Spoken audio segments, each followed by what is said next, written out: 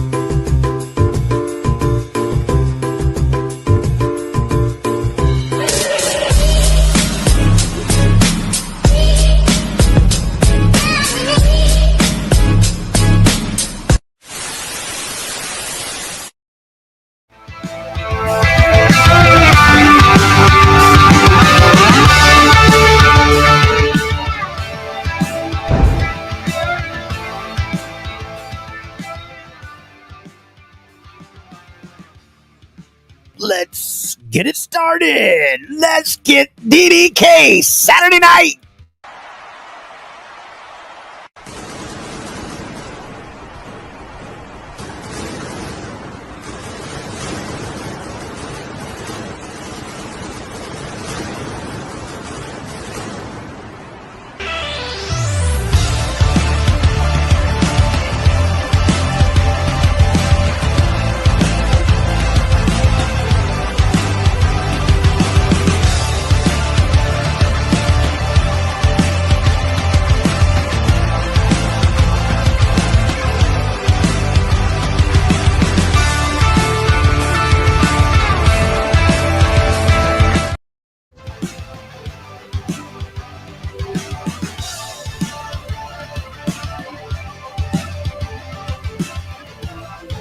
Yeah, boy. That's right. It's DDK Saturday night, coming to you live through the power of your internet. Good evening, everybody. Welcome in. Got a great show again for you tonight, right here on the DAV Network. A.J. Gittings from CBC Re-Leathering Services. One of the old G's. Been around for a while, re-leathering stuff. In my top 2 all-time in re-leathering belts. Love this guy's work. Got a crap toad of it behind me. Almost wanted to cuss, but didn't. Behaved myself. Wanted to do it, but I didn't. So, we're going to have a good time tonight. Going to have some fun. Going to bring on my main man, my partner in crime, Ethan, in just a minute. Hey, you guys out there have been blowing me away with all the messages, support. You're watching this stuff, whether you watch us live tonight or whether you watch us tomorrow or the next day, getting your day through, getting you through your work day. Man, I so greatly appreciate it. It means an awful lot when you do that. And then when I hear from you, I've got some great messages this week too. Thank you so much for those kind words for you guys that have been sending me messages.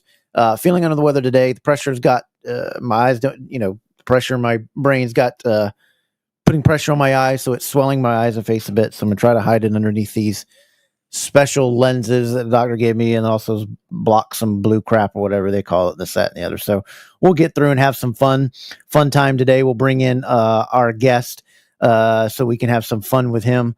I believe the helicopters.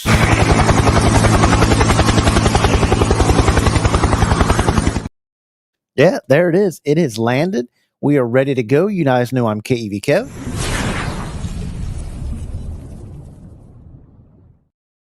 And I'm a ring man on my main partner in crime, the co-host of Double Drop Pick Podcast, my good friend, my partner, a good man, Mr. Ethan Thompson. What's up, buddy? Hey, I'm happy to be here. I'm 6 feet above the ground. That's all I can ask for. That's what you got to do, man. It's what you got to do. Did you have a good day today? I did. I got out with my daughters. We went to the mall, we went shopping, and my daughter needed some She does some kind of like after school speech. She does like this speech, like they do the speech club thing. Right. So she's first year doing it, so she needed to get some blazers and some skirts and Cool. some other stuff. So we had a real nice girls' day. It was phenomenal. Cool. Was it future business leader FBLA? Future business leaders of America? That kind of stuff. Yeah. There it is. What's up, Mark Maggard? Good to see you, buddy. Mike in the house. Yes, it is. DDK Saturday night. Throw those DDKs up or those rock and rolls, however you want to say it. Richard Ward in the house. What's going on, brother? Platinum's in there. Get off my lawn, Ben Walker. Hope you're feeling good, buddy. Good to see you, man. Welcome into the program. Good to see you as well. Jim. Can't start it without Jim in there. And can't start it without the man from up there in Canada. He's in Canada. Yeah, Canada. How you doing there, buddy? Good to see you. Bonkers in the house.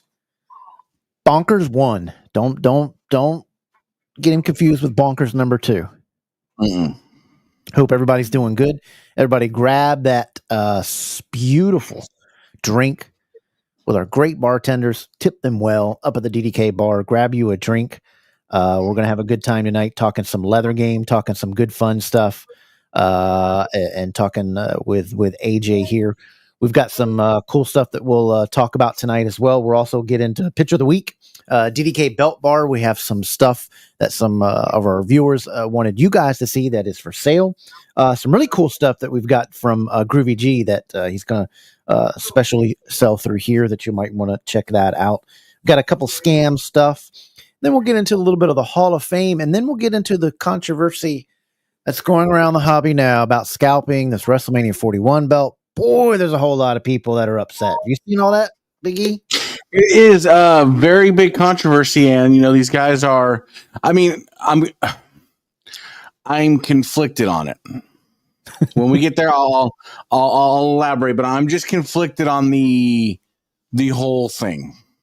I got you. I get it, and I don't. Yeah.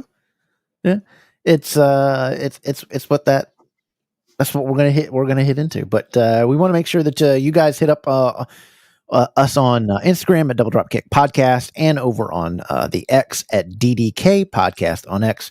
Join us over there. We have a whole lot of great times, and then we want to make sure that you are liked, subscribed, and join the program. I want everybody to pause the program right now. Go down, scroll on down, hit that thumbs up for me. That's the only thing I ask. It's right below where you guys are commenting.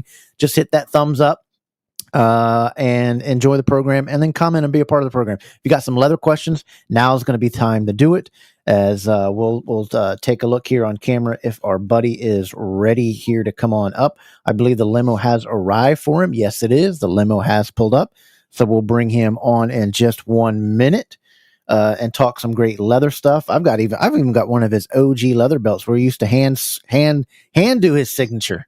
I've got one going back from that far. One of these and stuff. Hey, also check out the great reviews here that we do on Double Dropkick. Whole lot of fun. Also, make sure you check out every Thursday night Spanning the Go podcast. I want to get them to 500 subs, so they're going to give away a belt so that I can rig it and win it. Mark, Andy, Richard, and Ben every Thursday night, 8 p.m. Eastern on the Wide World of Belts YouTube page. Check them out. And also check out C4 Authentic Belts. They are the only one that are partnered with Crumrine. Only one partner with Crumrine doing a silversmith, and the way they do belts have the actual cast pieces of the wrestlers and stone holders that go on them. Also some great news that they're going to be announcing too. So go over to c4authenticbelts.com and on the Facebook page and join them. He will be on the special panel that we're going to have next week. We'll have Groovy, Colin, and we're trying to get Ripley on here to talk some very cool stuff and have some announcements from C4 of what they're doing. So check out C4 Authentic Belts. Partnering with Crumrine, C4 Authentic Belts, taking you back to like it's 1986. They do it up, right? It's a pretty cool thing. Let's bring on our guest here from CBC Leathering Services and a great guy in the hobby. The myth, the legend. Yeah, one of the big dogs and all the stuff. We're going to bring him on here and have a little fun with him. We'll get into everything about the leather and all that he's doing. So, ladies and gentlemen, without further ado, let's welcome our guest for this evening, Mr. AJ Gittings.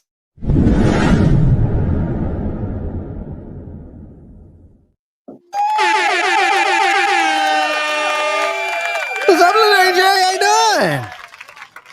What's going on, guys? How's your Saturday going? Pretty good. a little tired. I played some slow pitch softball this morning in a tournament. Oh, And did you? yeah, it was, it's another little hobby of mine, I guess, with the belts. I got you. Did you play any ball in school or in college? And yeah, oh yeah, yeah. I and played, just keeping the itch going. that's right. That's right. It's something to do to kind of get out of the house. But yeah, I played high school ball. And yeah, so that's what I did today this morning, and came home. Looking forward to doing this podcast. So it's Awesome. my first one ever. Really? Well, we are honored that you picked the first one for DDK. How about that? That's what I'm talking about. So you're a baseball fan. I see. Is that a White Sox? Oh yeah, just the Lady Detroit Yankees. Okay, so you're the Yankees. Okay, so you're a Yankees fan. Okay, who is that on the jersey behind you? Does that say Sosa? Oh yeah, that's a Sammy Sosa jersey I've had since I was like 15 or 16. So nice. Did anybody understand why he went from his skin being really really dark to really light, and now it's going back to dark? He Michael Jackson that thing hard for a minute. Did it come out that he actually bleached his skin, or I don't know. Think he probably bleached it. I think he said something about that, but good Lord, I saw him one picture and I was like, dude, did you volunteer for NASA to go on this sun expedition or something? Dude just came out. What a great hitter he was. Is unfortunate that all the steroid stuff, but I will tell the people, I said, look, it may help you hit the ball farther, but it doesn't help you to hit the ball. It never will. It doesn't do any of that mess. And if I could have taken it in college, I would have shot myself up with it. Well, and evidently, apparently, steroids don't get you into the Hall of Fame either. So I guess it's a no-win situation. Well, yeah, and you've got to draw the line somewhere. I'm one of these people. You got to keep the game clean and pure. You can't make it, and you got to prove a point somewhere. You cheated, you get stayed out. You got to stay out. Yeah, get punished, man. I think you can have a rule with you're out till you're dead so that you can enjoy it, and then put them in that way. Making no money off of you cheating, I'm not for it. I don't deal with that stuff, and too many have got caught up in it. So you're a big wrestling fan, right? From growing up. Oh yeah, absolutely. I grew up in the Midwest in a way out in the country, so we had 8 channels, and so my interest, my first scene to wrestling was the WWF. Back in the day. Right. So this is probably I remember my earliest memories. It was around the Gravest Challenge, Hulk Hogan's Gravest Challenge.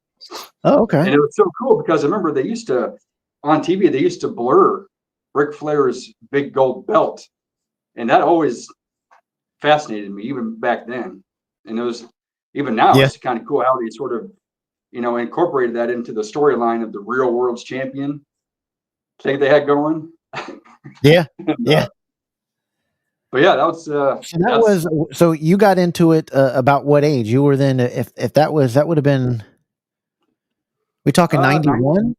Yeah, I was probably in about first grade, second grade. Yeah, it was around that time. So what are your earliest memories of matches that you were watching, and who was it that you were liking when you were growing up? Seems like Hogan was one of yours.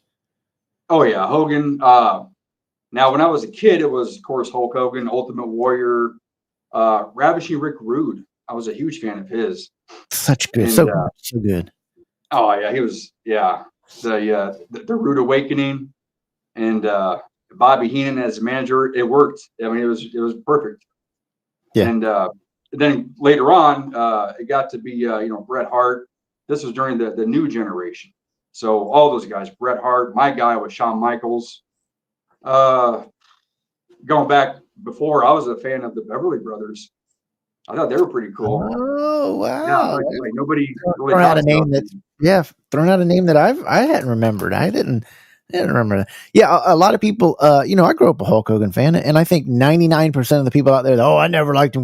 They're full of crap. They all just want to pile on and hate, and I think it's absolutely ridiculous. We wouldn't have wrestling the way it was today if it wasn't for him. And everybody remembers as a kid. I'm 40, almost 49 years old, or 49 years old, and I remember WrestleMania 3 and just a build up. I mean, everybody was talking about it around school, and if they're entering in matches that have to go into the Hall of Fame now, I guess they're putting in matches in Hall of Fame now. You got to have Hogan and Andre the Giant, the match that put wrestling over the top to be what it is today.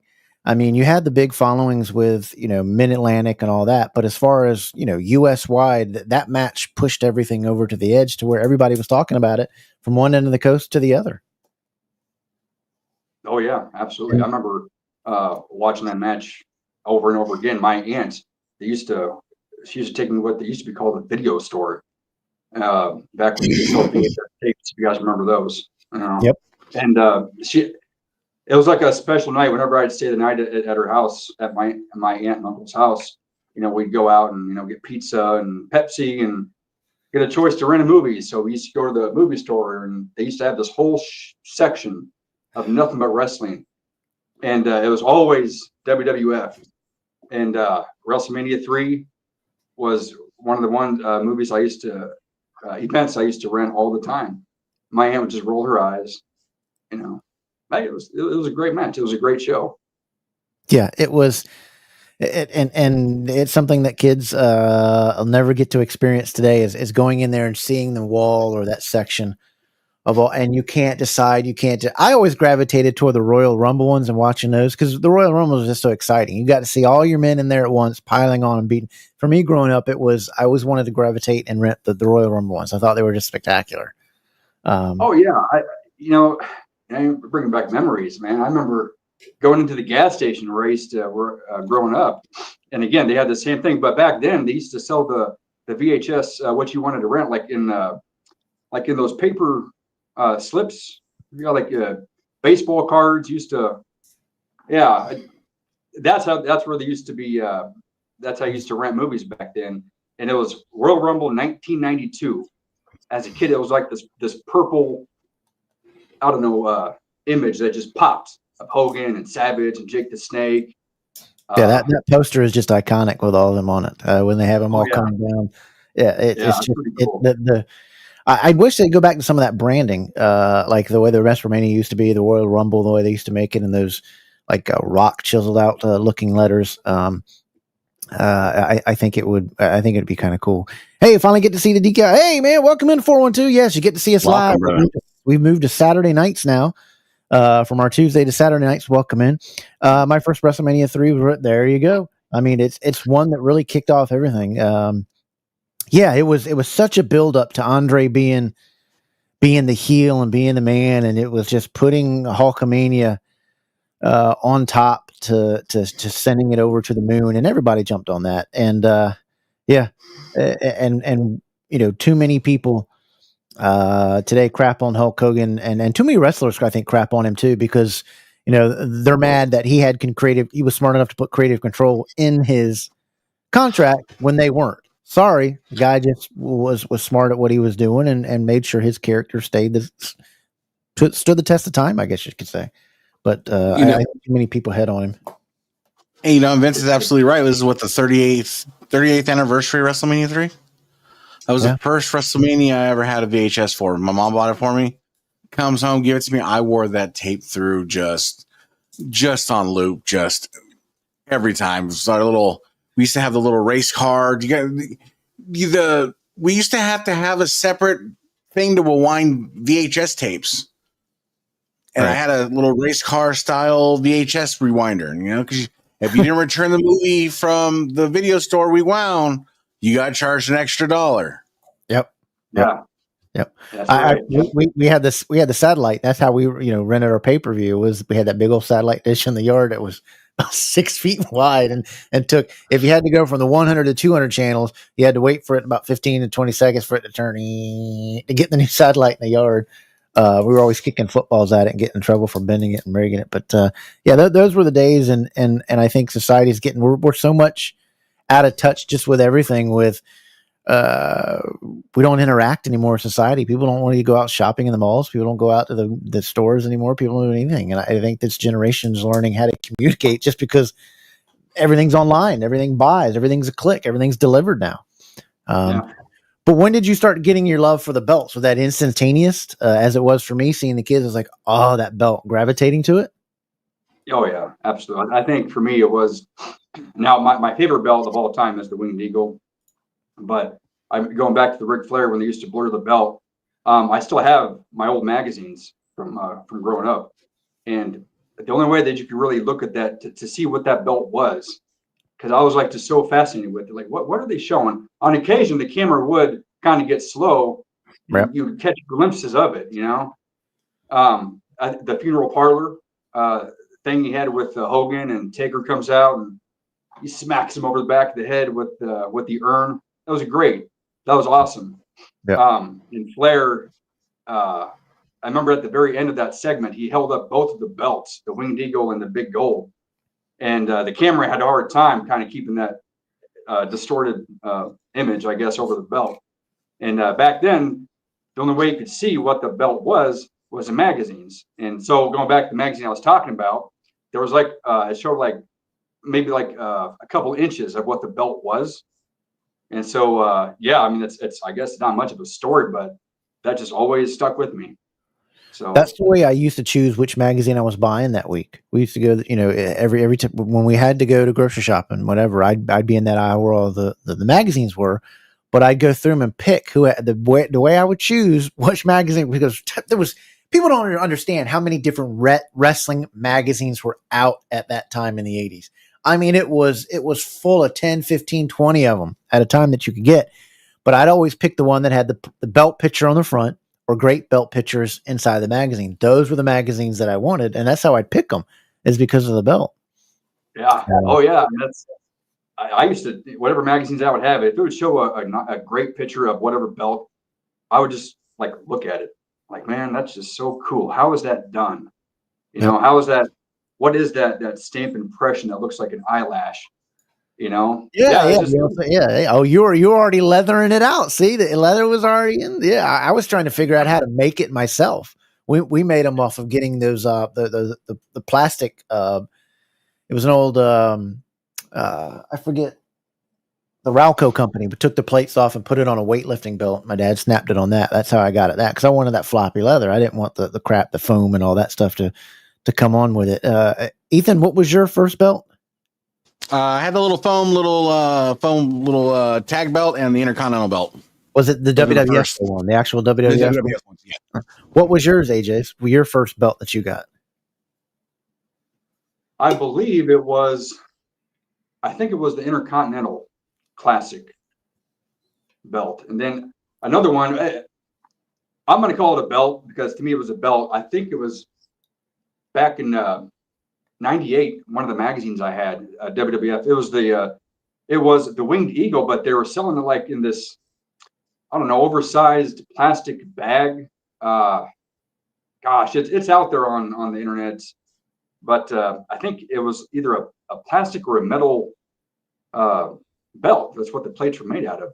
But it wasn't the foam or anything like that. It was. Are you talking about the cattle bearing, the leather cattle bearing belt? This belt right here.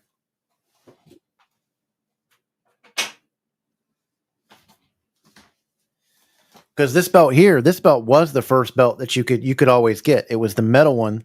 That was this one.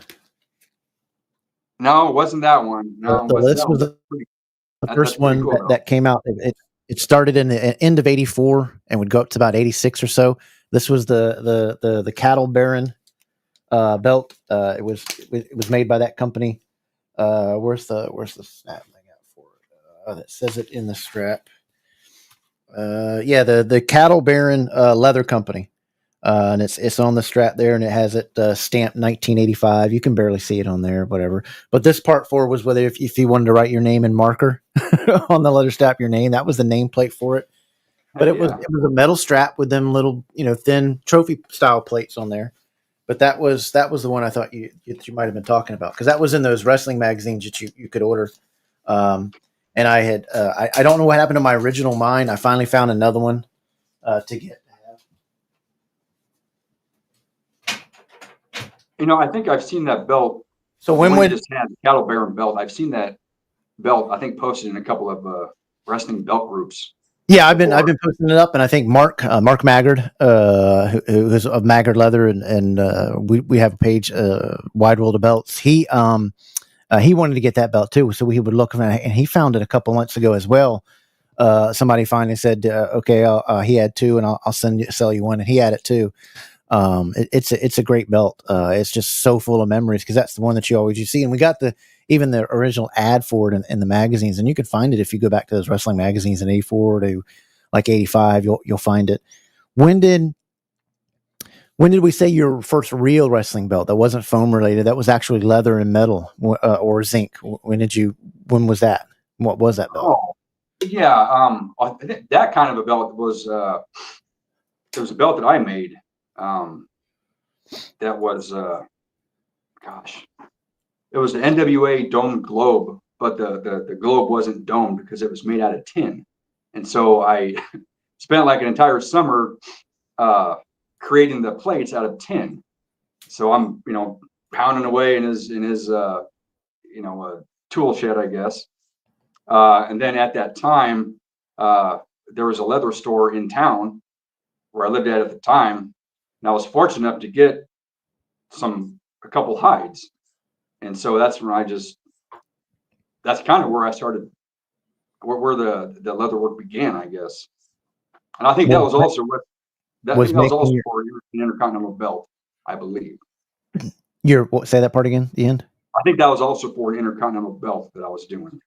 All right. So your first actual belt that you bought then, when that got you, kind of into the hobby and into the stuff. Do you remember what that was? Oh yeah, going back to the one I was talking about, the metal one. It was that Winged Eagle. It was like an oversized belt buckle, I guess, that you can get in the WWF magazines of the Winged Eagle.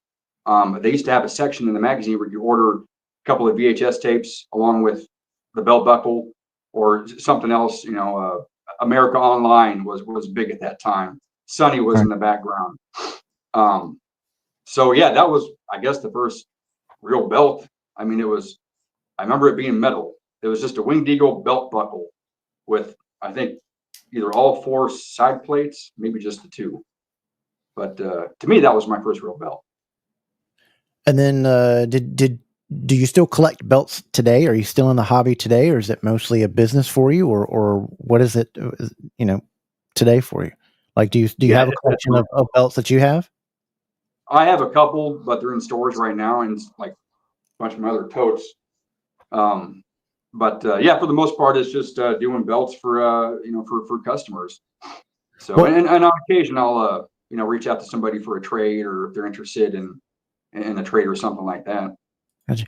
412 asked, what was your favorite belt to put on leather, or what is your favorite belt to put on leather that you like re-leathering?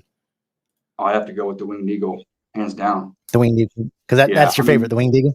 Yeah, that's such an iconic belt. I mean, if you just look at the design itself, it just with the bars, that was like they're twisted and how they're curved and they're bent.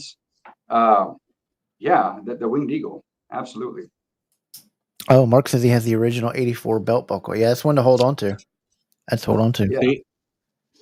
You got to make sure you have it on the official. There you got it. There it is, folks. Ethan, I knew your name looked familiar. Yeah, yes, sir. I know I've done a couple of your belts, obviously. That's cool, man. Yeah. So I got one waiting right here to go to you. It's boxed up. It's just license kicking me in the rear, so I gotta get it out. When did you start gravitating towards wanting to re-leather them? How did all of you re-leathering belts start? This was probably, I guess, when it sort of took off, kind of, I guess. This was like way back during the MySpace days, when MySpace was at its peak. So we're talking maybe 05, 06, I want to say. I might be a little off on the years there. But, I mean, not really knowing what, the advantages of what social media and advertising can do. It's one of those things where I wish I would have kept those pictures, maybe even still have MySpace. But yeah, those pictures are long, long gone. So it was around that time. And this is back during when they had, when the catalogs, you could still buy the WWF Big Eagle belts when I think they were like just really thin catalogs they would send out separately. And the plates were like 2 millimeters thin. They had the Big Eagle. The Winged Eagle was still, you could still buy the Winged Eagle with the detached bars, which I never was able to figure that out, why they did that. Right. So you started around that time, and was it something was it one of your belts, or was it customers sending you belt that you started going in, or what made you get into leather work, and were you practicing before you start doing your stuff with people, or? Yeah, it was pretty much the Intercontinental belt that I mentioned earlier. I did that for myself. And then people saw it and then wanted you to do theirs, and it snowballs from there. Yeah, like 10 people saw it, and that was back in MySpace. So yeah, that's kind of how it all started. I think someone reached out to me. I posted pictures, and yeah, that's where it all started, was MySpace. Now, how long does it take you to re-leather a belt from start to finish? Let's just say a standard 5-plate belt, or like, let's just say a Winged Eagle. How long does it take for you to do that? Yeah, so a Winged Eagle probably takes, if I'm just working on a Winged Eagle, it probably takes a couple of weeks from start to finish, making the templates and everything else in between. Gotcha. So when you're doing these belts, and then you said you set up on Facebook and doing it, when did you realize at some point, like, oh, I could have a side business for this, or even just a regular business with it? When did you start realizing it? Was it right away on MySpace, people sending you out stuff, or knowing, oh, I got something here? Or no, I think MySpace, that was just for fun. I mean, I was early 20s at that time. Really, where it, I guess, sort of took off, I guess, was it was on Facebook maybe 2013, 2014, I want to say. Mm-hmm. And I think it was the first belt that I did and took pictures of and posted in some wrestling belt groups. I think it was a big gold belt, and one of those things where I wish I would have. I think I still have pictures of it. As a matter of fact, it might be up on my Facebook page. But it's kind of neat to look back at at the work before, how it was, during, and how far you've come now. So in leather work, it's always you're always learning every single day. You're always learning. I mean, here's back in the day. Here's you when you did the hand signature thing. How long? I have this belt. This is my belt of when you did. How long ago is this? This is probably 2014, maybe it's 13. Let's see. What's you even made these, because were these actual stamps, or did you even make the clubs? The those card are the clubs. clubs. I wasn't sure if they were clubs or clover leaves. Yeah, no, I think that's just a club stamp. And okay, so that was. But this is what, probably during them first few leathers, 2013, 14. Yeah, I think so. Maybe 2015, maybe 2016. All right. Kind of neat to see that, see those pictures, man. Yeah, I laughed at it. I was like, oh yeah, well, I got one of his early ones before he even got the fancy, the fancy stamp was this one. And just don't mention it. Just don't mention it too often. Yeah, this is his work today, folks. Look, I think it's still cool. I would still be doing it this way, signing in my own name or scratching in. I think it adds, a flair to the belt. It adds personality. It adds like just that little extra umph to it. Yeah, originality, maybe. I mean, I don't know. I prefer the stamp. Yeah, well, I'm pretty sure it makes everything go easy. So when you start to leather a belt, how is it? Where do you go to get your leather? What are you looking for when you're choosing the best leather to do re-leathers in? Because I know there's a lot of people that always want to ask these questions. We've got a leather guy in here. So when you're going to pick out your leather, what it is that you're looking for when you're picking out your leather? Well, I go to Tandy. That's my primary supplier. I'm a fan of Springfield leather too. They got some good leather. But for me, it's really what tools the best, what brings out the best impressions, shading. Yeah,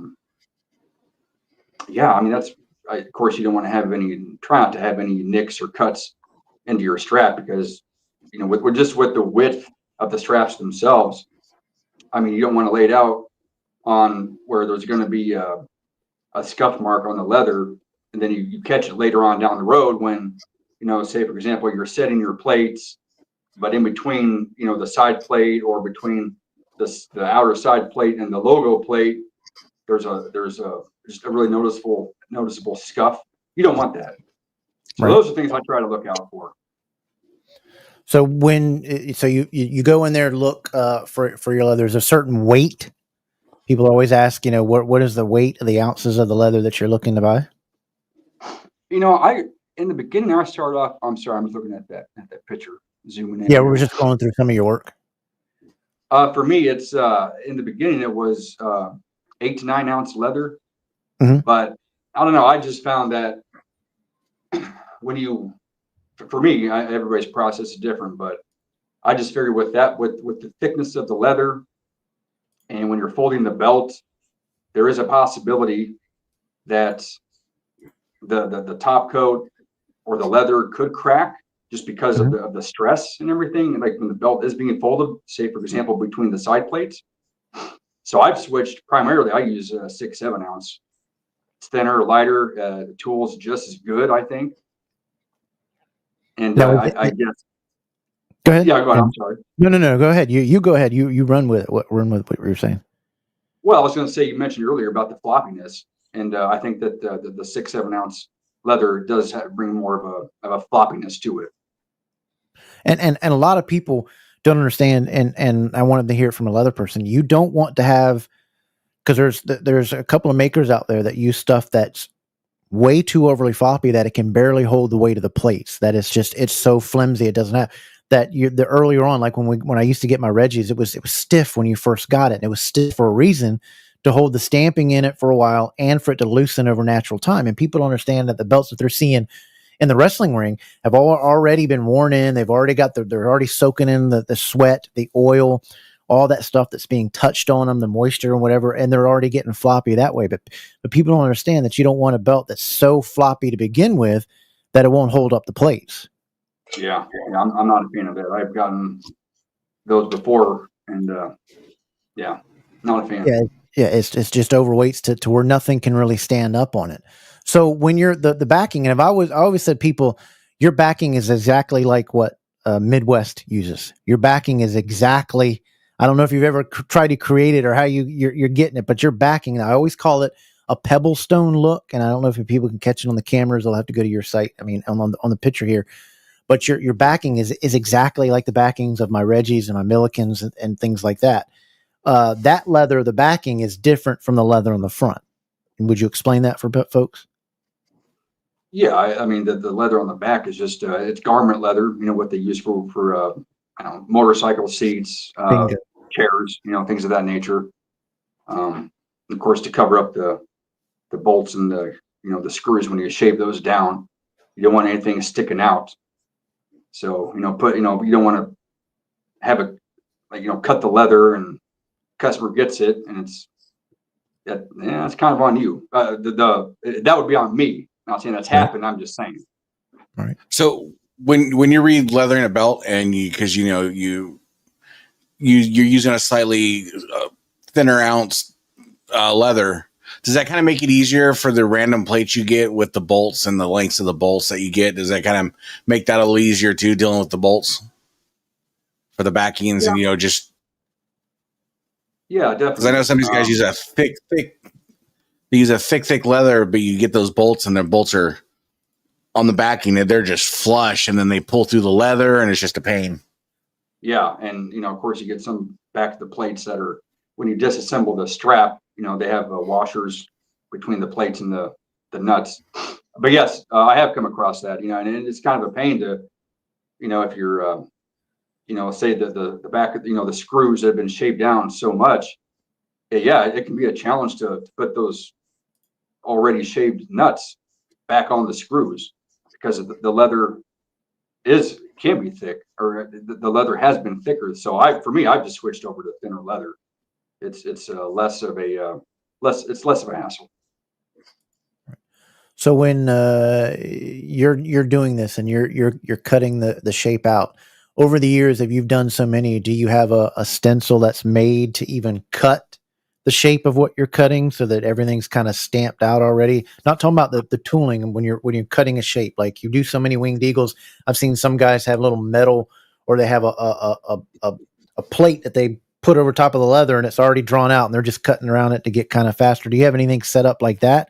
Or is yours, yeah, how do you do it for, somebody's, here's a strip of leather and you're ready to do the winged eagle? How are you cutting it? Yeah, I mean, from the beginning, what I do is whatever belts I get in, with the exception of a few WWE shop plates, I make templates for everything from the strap to from the plates. And then you finish those up and you make the strap, make a template for the strap, you lay it out on the leather, and you go to work. And when you're starting the tooling process, what's your process when you start to tool something? Let's say it's the clamshell tooling here for the IC. Are you getting your water ready and you get it that way? And what are you looking for as is it a craft over time? Because I've always known your leather to be a lot like I said, yours and Romeo's. I set apart from how they look chiseled. It looks like it's stone work. I mean, it's like chiseled in stone to where you can see it. It's not. It doesn't look so much like a lot of these guys are going, and you may use it now, especially in your snap boxes.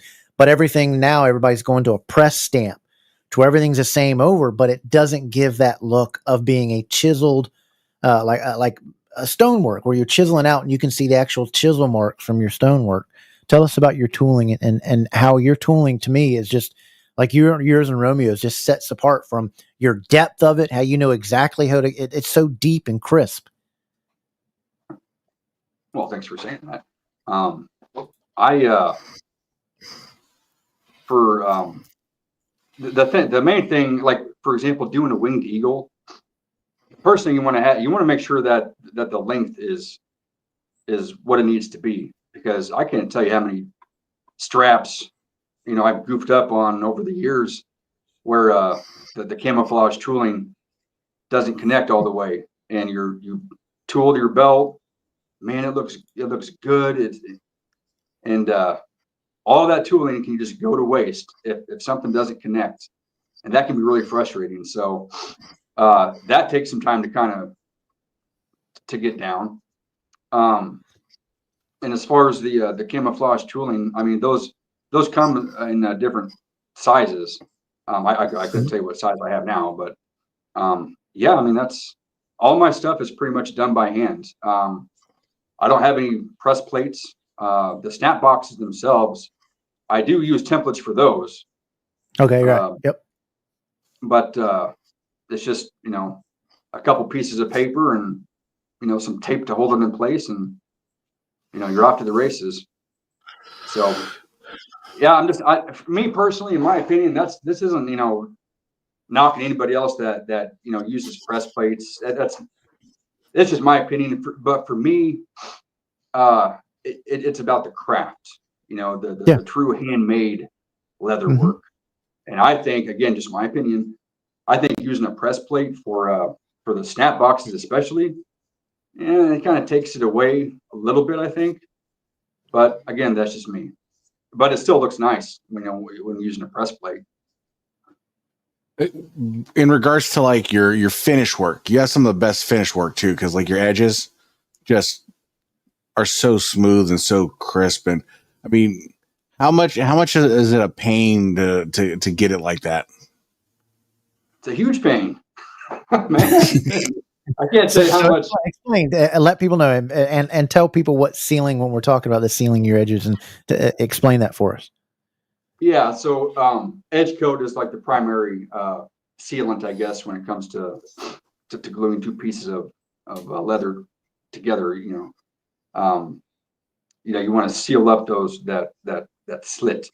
So yeah, basically, if it's a black strap with black backing, black edge coat, and I remember for a while, man, I think I probably went a little overboard, just trying to get it just nice and shiny. And Ethan, as you described it, crisp. I was probably doing way too much. Now, are you one of the guys that uses like the beeswax or whatever? A little bit. Not on all belts.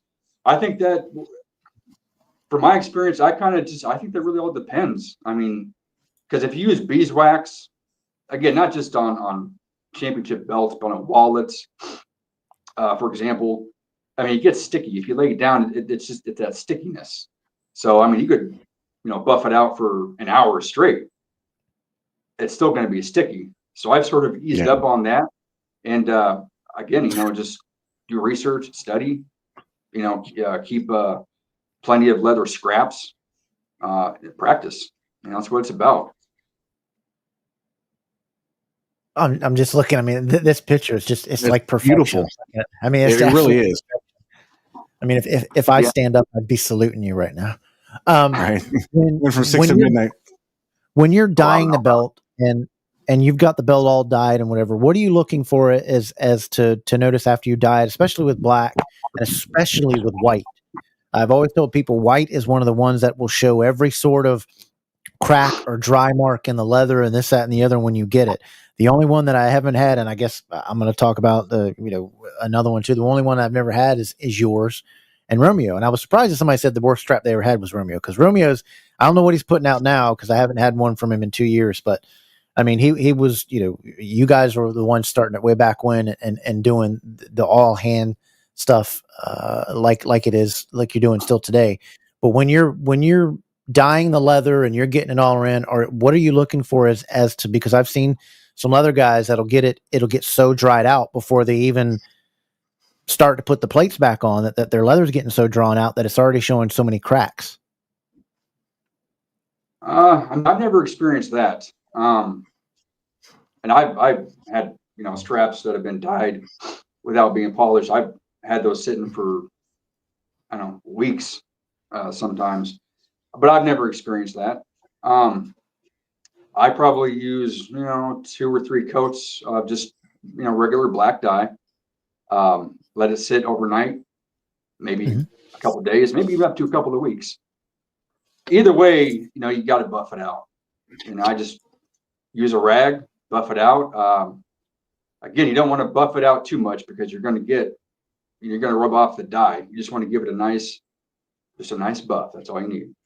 And yeah, go ahead. Yeah, no, and I was going to go into the white strap. Yeah, I agree with you on that. Those color straps. Maybe we can talk more about that. I don't want to jump ahead, but yeah, white straps they can be a challenge sometimes. It's so hard to keep those darn things clean. I got a yellow one waiting for you. Yeah, man. Yeah, even yellow. I mean, the yellow, white, and I want to say baby blue, or North Carolina blue is what I use for those painted straps. Yeah, it could look great when you're painting the strap. Check it the next day. Yep, there's some fuzzies over here, some fuzzies over there. It's like, man, sucks. Jerry, man, don't know what's going on, but we'll say a prayer for you. Hope you get better. Glad you're at least alert and watching whatever you're getting a CT scan for. Those aren't fun as one that's I get them every other week. So we hope you're doing good. So as we get into that, if somebody's looking for a leather guy, what is let's say it takes you out because they want you to use you, but if somebody's looking for a leather guy, if you were looking for a leather guy, what it is that you want to see, or what it is that you would want, or your list of qualifications for somebody re-leathering a belt, what is it that you're looking for to see somebody, oh yeah, he's a good leather guy, I trust him with my belt? For me, I'm a fan of rounded edges or the borders, I guess. That's just my taste. Because to me, I don't know how to describe it. It kind of brings out, it just makes the strap, it just makes it look like more of a belt. I don't know how to describe it. I'm a fan of rounded edges.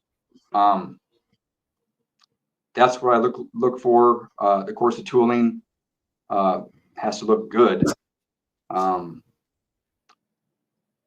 And when you say good tooling, what does it look like? What should somebody say? Oh, that's not good tooling. What is it that they need to know the difference between good and not good tooling? What should they look for? Well, that's a good question. I would have to say accuracy. You don't want to. You try if it's done by hand. Something is always going to be off. Right. It just is because it's done by hand. But if it were me, I would not want anything that's just sloppy work. I don't know how else to do. Lining up, touching, not uneven. Yeah, exactly. There you go. Yeah, I think you one so deeply done that you can easily see it.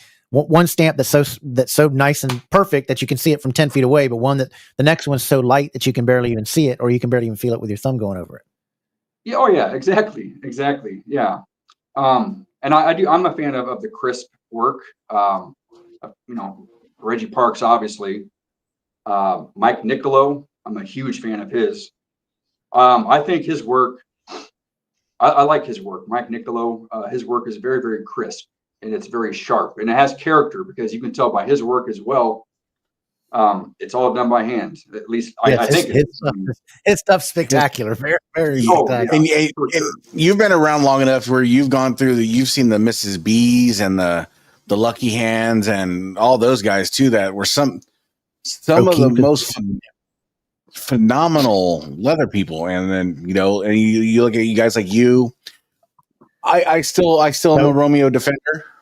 Stokes, these guys stand the test of time, but then you look at these upcomers that are, your Mendozas, your Maggerts, your Cooks, and just countless other guys that are just like O'Keefe. Yeah, O'Keefe's doing great tooling, and you're like, it's easy to be worried for work, but in the leather game and the hobby game, it's really like there's enough to go around. There's plenty of meat on the bone for everybody, Sure. Is Romeo still doing stuff even? I don't think Romeo's even doing any stuff anymore, is he?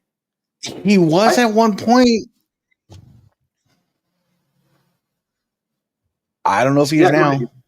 Go ahead. Yeah. No, I don't know if he is now. Yeah, I actually have one of these. Yeah. Yeah, y'all pause, then you went. Then you pause again, then you went again. It's me. I'm sorry. Yeah, great minds just trying to get it out there. So what were you saying about? Do you know if he's still doing stuff? I've never seen anybody saying I got a new real leather from. No, I've only seen I got this off of a trade. Romeo Anderson, there's his signature stamp. I have one of his straps actually. I've had for a couple of years. I think it was off of a Big Eagle. I have with Kevin stole an IC of mine that's on Romeo strap, and it's just I don't know what you're talking about, bro. It's beautiful tooled, and I mean the backing, everything. I love your guys' backings because they almost look like they're like vacuum sealed onto the plates and onto the leather. It's just there's no bubbles, there's no anything. It's just sucked around the bolts and it's just phenomenal finish work. A lot of guys, they all have their different processes, and Paul Martin, he's posting videos. I've seen his videos where he actually shows his work, how he does his process. I think that's pretty cool. And the way that one of his videos, he actually uses a heat gun to kind of, I guess, seal around the bolts a little bit more to make it more tighter, I guess. Stretches. Yeah, it stretches it. Exactly. Right in. Yep. Yeah. Yep. And I'm a fan of his work too. Absolutely. This is that Midwest. What's that? Yeah. This is that Midwest box, and this is that one where you're turning that little tooling when you hit it, and you turn it another 30 degrees, 10 degrees, 40 degrees. Tell people how long it takes to do that by hand, that snap box that way. Oh, that probably takes, and yeah, it is. There are different techniques. That's something else that you kind of pick up just doing leather work. Holding the tool this way, that way, tilting it this way to kind of give it more of a shadow or a bruising effect, as it's called. A snap box, that one I'm looking at right now probably took just the snap box itself, not the tooling around it. Maybe 20 minutes. I think. Oh, you're getting fast. That's Yeah. impressive. I see those guys. They hit it and then twist, hit it and twist, hit it and then twist, hit it and twist. It's just amazing. And when you do it that way, I mean, every one of them comes out a little bit different. Yeah, absolutely. Yeah. But this man's got Popeye the Sailor forearms. What's that, Ethan? I said this man's got Popeye the Sailor on forearms. Yeah, spinach. Even got the shirt wearing the match of color. So before we get into some other stuff, what is the belts when you get it in and you're doing it? What is the belt that and we know you don't want to discourage from people using you, but what is the belt that when somebody gets you ready, you're like, oh man, that was just a pain in the A to do. What is that belt that top belt that's just such a pain in the tail that you're like, I'm never doing one of these again, but you still do it again in the end? Yeah, I think that has to go with a stitched big gold belt, because again, that's all done by hand. It's done with a couple of needles and one long strand of thread, and it takes a lot of patience to sit there at the table and just get the work done forever, for however long, but as long as I got my wrestling on in the background, if I'm listening to a wrestling podcast, I could just be so in the zone. I could spend, I don't know, like a couple hours stitching a big gold belt, thinking I got really, really far. You look at it, you haven't really gotten so far. So those are so time consuming to do, the big gold belts. Any others that are time consuming or a pain? I mean, the colored straps, like the white straps, even doing the intercontinental belts, can be kind of a pain too, because of that cut around the main plate. That takes a little bit of time. So I have to throw an intercontinental strap in there. Really? Wow. Yeah. Like the Luger here, which is this. There's no, those. It looks. It's just a bunch of lines that meet that go around the thing. Is this one difficult to do to get the curves right? Because it seems to me like that would not be easy unless I have some pre-stamped, big piece. But I mean, I wouldn't even know you could make a piece like that. I mean, yeah, those US. That doesn't look easy to do. It's kind of not, because I mean, it's so hard to find a detailed picture of a belt like that. I mean, you see so many of them out there now. I mean, they're showing detailed work of everything from the ends, everything in between. It's just crazy. All high def. But that belt right there, I think those belts are basically done off of, I don't know, just trying to have a good eye, I guess. I mean, trying to find whatever pictures you can from different angles, different lightings, things like that. And, you put it on leather and hope it turns out looking pretty good, I guess.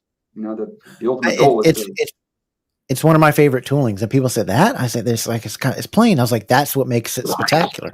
I think when you have these lines underneath them, where they're the lines that are around like the tooling plates. I think when this design on the Luger, not even the plates are spectacular. This design, this belt, outside of that just being one of the most beautiful design belts, that tooling around that makes that plate look like it's hovering above the leather. It creates such a detailed look, but yet it's simplistic, but it looks like it's difficult to do. And I'm glad that you're saying, that it's not easy to do to get all that looking that good. Yeah, and one of the things I also do, as far as I don't know, techniques, I guess, is to kind of give it that raised effect. Is to tool away. It's not just tool against you, but just tool away, because that's what kind of gives it. You're not laying it kind of like an angle. Is that what you're meaning? Right. So, for example, this pen is a tool, and I'm just taking this hammer. Okay, so I'm going to turn it around. Well, hang on. So this little point right here, I'm going to have that part facing towards me. I tool that way, and then I tool the other way away from me to kind of give it that raised effect. I'm learning some stuff. And, some of the some of the tools I use, I mean, they're pretty old tools. Again, I'm a huge fan of the edges. Using a leather creaser. It's a tool that the old saddle makers used to use, or I guess still use, I would imagine. Yes, they do. I use that, not on all belts, but it depends on I guess how it looks. But I always try to make the borders just the best I can. I mean, I always want to make it just a little bit better. So yeah, I think tooling away from you definitely gives it that gives it that raised look. I mean, I think this guy right here is your number one customer, isn't it? And Ronnie, your number one customer of all, because I think every belt that Ronnie has owned is it's been done by you. I mean, every belt I've gotten from Ronnie has been leathered by you. I think he's one of your best customers. I think you got him on speed dial. Beep, beep, beep, beep. This is Ronnie. Yeah, I think I'm working on. Gosh, either I sent one of his belts back, or I'm working on one of his belts. Yeah, he said he just got one from you yesterday. Got a winged eagle. Yeah, that's right. It's incredible. Yes. I mean, he wouldn't probably say. He'd probably tell you, no, I don't have it. Go ahead and mail me whatever you were thinking you were going to didn't mail me. Right. I'm glad you like the belt, Ronnie. You can hear me. And so just go ahead. Go ahead. So these people are actually live right now. Absolutely. Wow, that's awesome. Yeah. Sorry, got distracted. On several different sites, from Twitch, Truth Social, and YouTube. I got one more. Okay. Since you said you make templates for all your belts, how'd you manage to? Did you figure out a good system to? Because I know with customers, and some of these customers you get are going to be a pain in the you know what. But I want the Shawn Michaels cut. I want the Razor cut. I want the Ric Flair. I want this cut. How'd you figure out how to manage that pretty efficiently, like you do?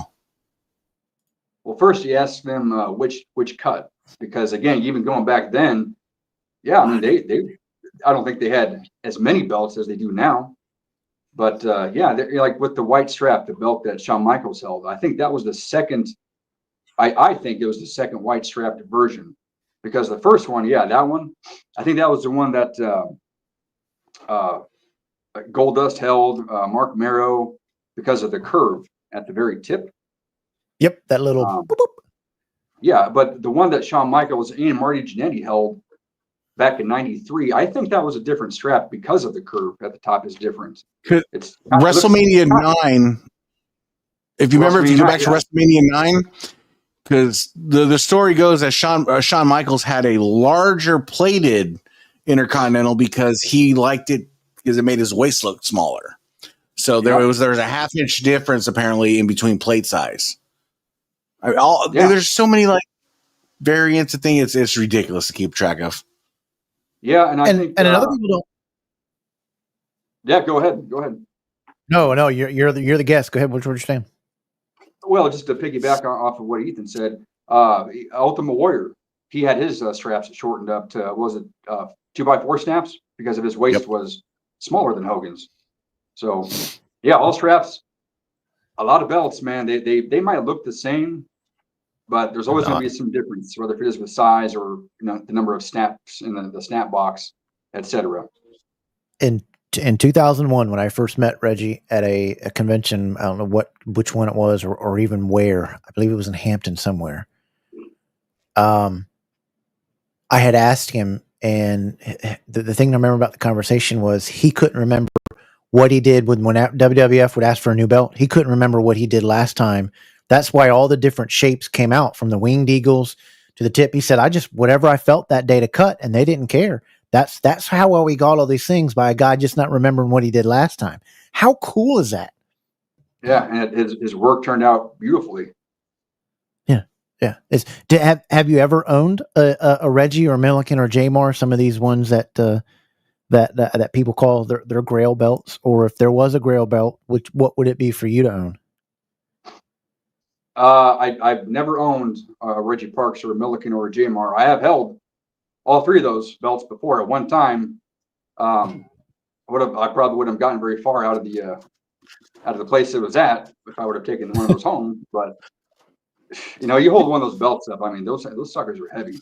I mean, they got. But does it kind of kick you back though to know like we worship these belts, these Reggies and everything like that, and you can sit there and modesty will get you, but you can sit there and be like, man, I'm a vastly superior leather person than Reggie Parks ever will dream about being.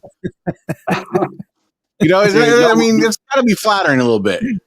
No. I mean, no, not at all. I mean, Reggie Parks. I mean, I'm not even. Reggie Parks. Oh no, you're vastly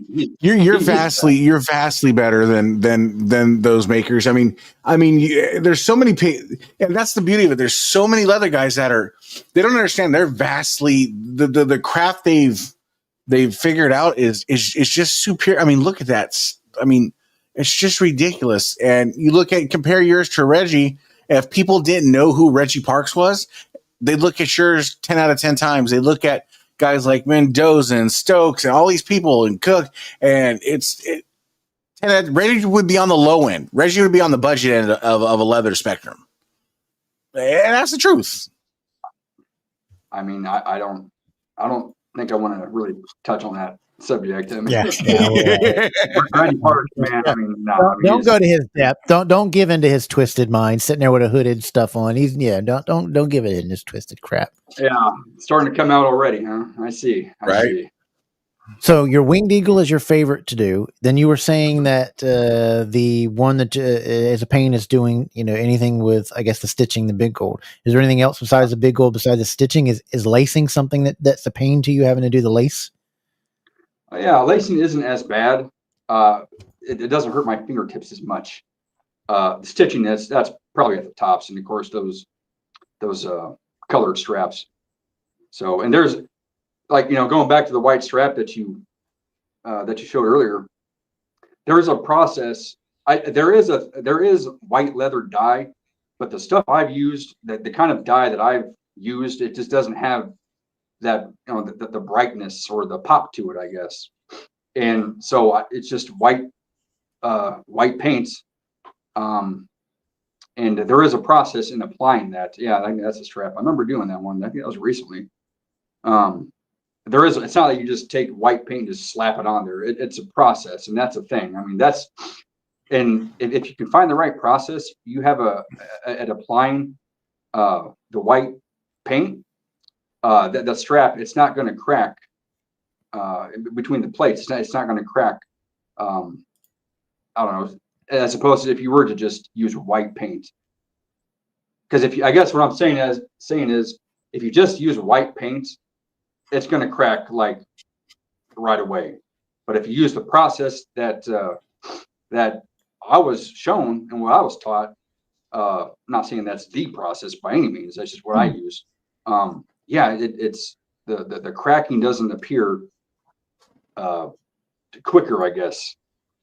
If that makes sense. Are you an airbrush guy, or are you a by hand? All by hand. Hand. You'll get that. You'll get that crap from the other. And I think another thing is I've seen with the guys that use whites is Reggie said he used to try to break in his leather and bend it before he ever tried to apply paint to it, because if you didn't, you weren't allowing he would say, the leather to breathe or to naturally crack where it needs to be, or however you used it. He said it won't naturally crack the way it's supposed to be, whatever that meant. I guess that was meaning you don't want to take something flat that's never been built, paint it, and then start bending it, and then you realize that there's cracks in the leather that you didn't get beforehand that you should have by allowing the belt to flex it or use it or bend it. Because I do know from saddles from on the horses here, when you break their saddles and breaking them in, when you're breaking that leather, the saddle leather, the same type of difference. When you're breaking it in, you're allowing the natural oils inside of it that you can't see to break open and get also, and it's allowing that leather to breathe too. Yeah. But that's interesting that you say with the white paint. And you said your paint is the standard style paint that you've always used. Yeah, absolutely. I think it's like Angelus. Angelus, yep.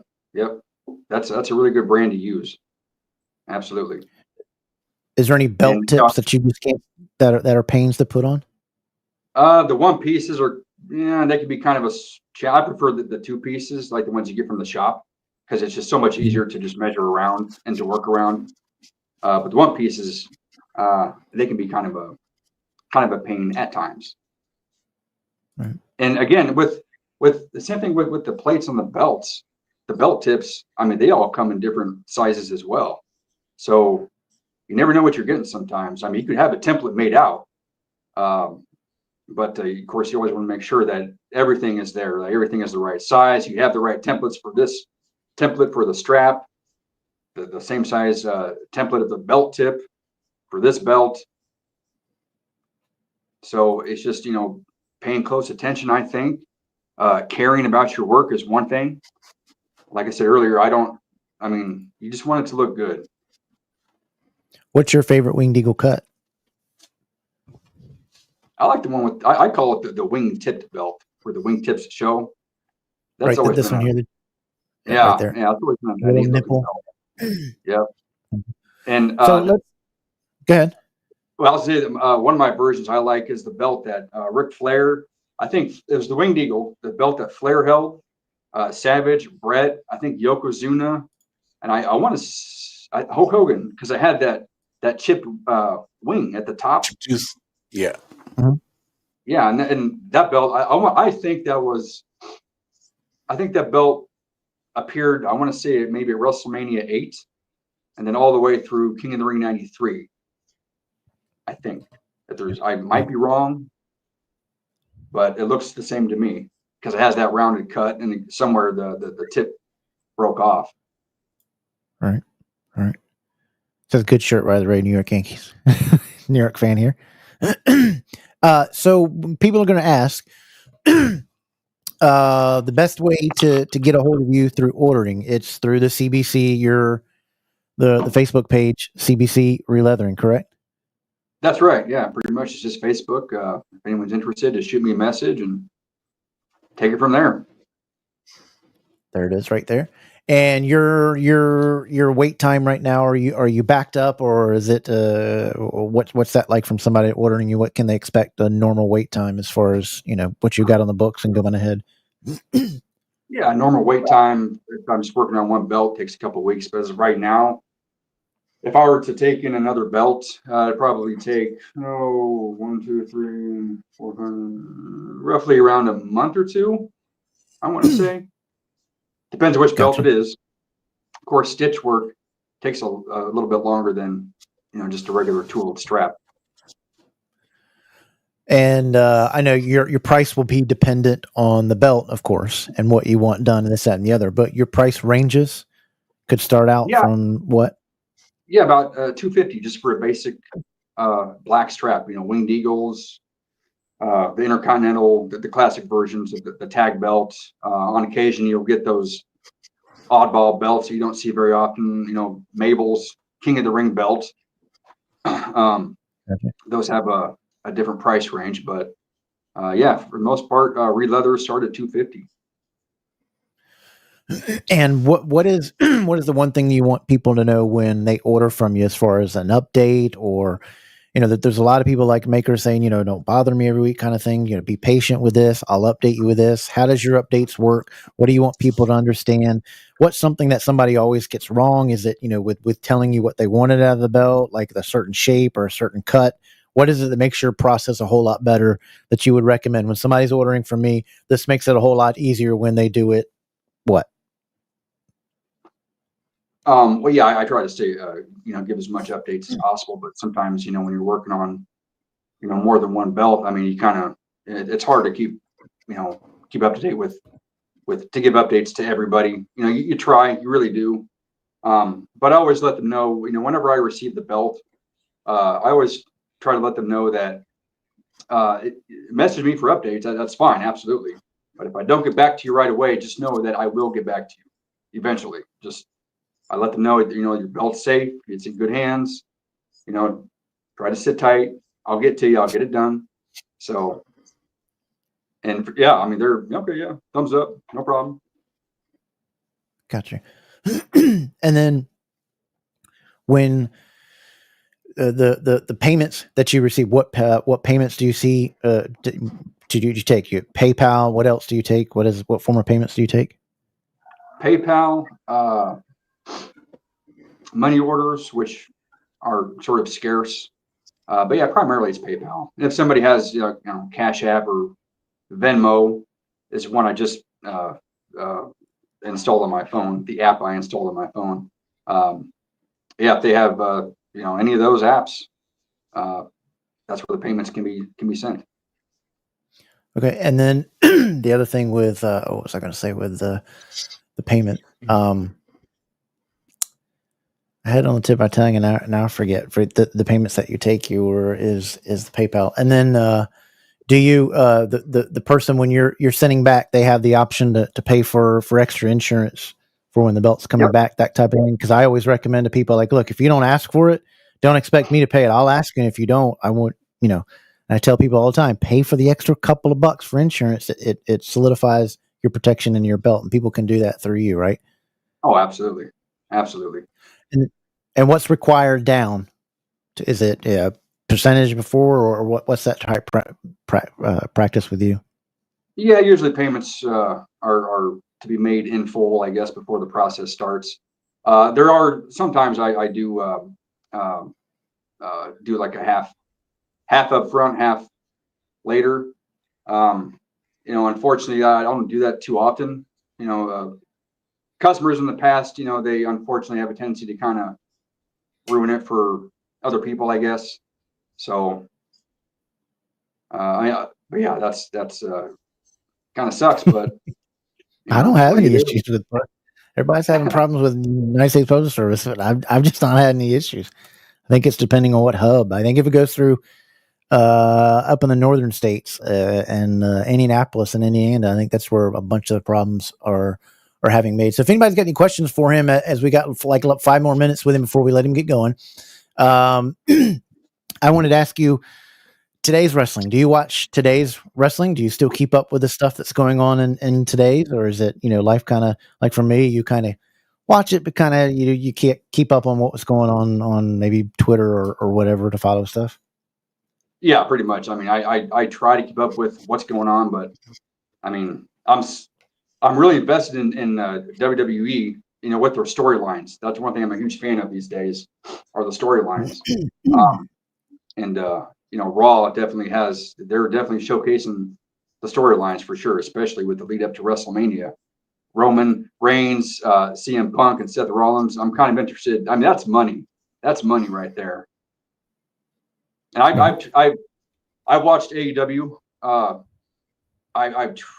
This is gonna sound bad. I tried to watch like a full show, but man, that's all I'm gonna say about that. So, I mean, I can't watch. It's like the same match or the same type bodies.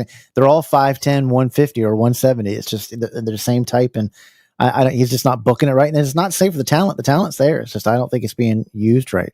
Are you excited? Is there any changes that? Do you like wrestling today as it was when you were a kid? Type as meaning is what they do today when they wrestle as they did as a kid. Do you see a difference in the product? Do you think it's as good as it used to be, or not as good as it used to be, or what's your take on that? I mean, I like both, man. I mean, because it's just talk about different eras, growing up to what it is now, with all the whistles and bells, as the saying goes, the pyro, all that stuff, the storylines. You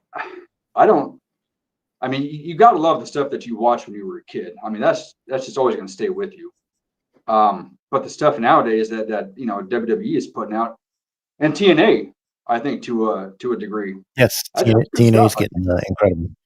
Yeah, their stuff. I'd rather watch TNA and NXT and anything right now from AEW. I'm trying to.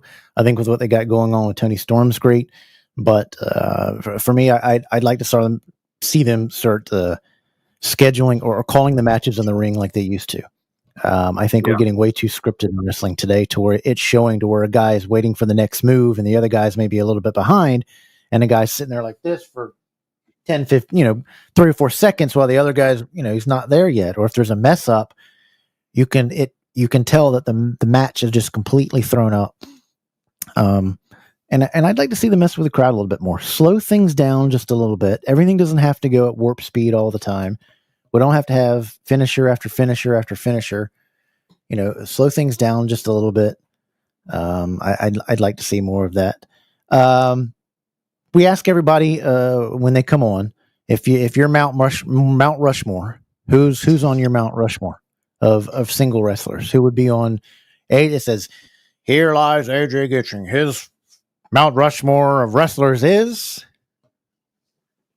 Ooh, I'd have to go with Shawn Michaels. Man, that's a good question. Shawn Michaels for sure. That was my guy growing up. I don't know. Ric Flair. Gosh, that's Stone Cold. There you go. And your last one? And let's go with, it ain't gonna be Doudrop. I want to say, gosh, that's the last one, huh? You want to say Nia Jax. No. There you have it. That's it. No, I have to go with put Hulk Hogan on there. I mean, he's the one that kind of. There you go. There you go. Absolutely. I think so. I think so. Yeah. And then just amazing ripped in my car. Well, outstanding. I'm glad to hear that, Matthew, and I know he is too. He says you did outstanding work for his belt. Okay. Yeah. He had Sting sign that belt too. That's pretty cool. And your favorite tag team of all time? I think I have a couple of them. Well, I have more than a couple. Rock and Roll Express. Legion of Doom. Yeah. Legion of Doom. Legion of Doom. There's a Tully and Arn. I mean, you go back and watch their matches. There you go, man. Your list is on fire. Your list is on fire. You got one more. You got the perfect list if you hit this one. You got the perfect list if you can get this right. Come on, you got one more. You got to remember them. Come on. You got it. Come on. If I didn't say already, I want to go with Demolition. Okay, not bad, not bad. We'll give it up for Demolition. I was expecting like the ding, ding, ding, ding, ding. That was my list exactly, except for I have Midnight Express on there as well. Midnight Express, yes. I think that their feud with Rock and Roll Express, not even it is to me the greatest tag team rivalry of all time, but I think it's up there with the best rivalry in wrestling period of all time. I mean, that sucker went on for 30 years, their feud. I think it was great. And Bobby Eaton, I think, is one of the all-time greatest wrestlers of all time too. He's just the Ding Dongs. Yeah, that was when we did our belt giveaway for our 1,000 subscriber, that was the question, was identifying their theme music. And everybody thinks it was Doink the Clown. I don't know, it was the tag team from WCW, the Ding Dongs. What's up, Richard Ward? You doing, buddy? Weren't they the team that the story is that Ole Anderson or Jim Herd like created the Ding Dongs, or were they the tag team that were supposed to be from like Belleville, Illinois, or something like that? And I think it was. I think it was the first. It was made as a riff because of something that happened that night, but they took off. They got a cult following for several months, and they were booked on for several months in advance before it started following off. But people just went ecstatic over the Ding Dongs, and they had a cult following, and they were used on a couple of shows for a good 3, 4, 5 months, I believe. But I can't remember how it got started or who they were, but it was just it was. And if you go back and watch their matches, you're like, they're good. Yeah. They're good. And I think it's missing today's wrestling is tag teams. I think we need tag team wrestling to come back. Yeah, I mean, tag team wrestling. Back in the day when I used to watch, I mentioned Demolition, the Beverly Brothers. I don't know why I forgot to mention them. The Rockers were pretty good. The Rockers. I was a huge fan of Davey Boy Smith and Owen Hart. I mean, they didn't have a tag team name, but they were, man. That was a fun time to watch those matches. That was a fun time to be a wrestling fan. The whole Hart family was wrestlers. What wrestling should be: skilled showmen, play to the crowd, could tell a story in the ring, made you feel it. Not only here, but here. I mean, just everywhere. It was that they were just incredible.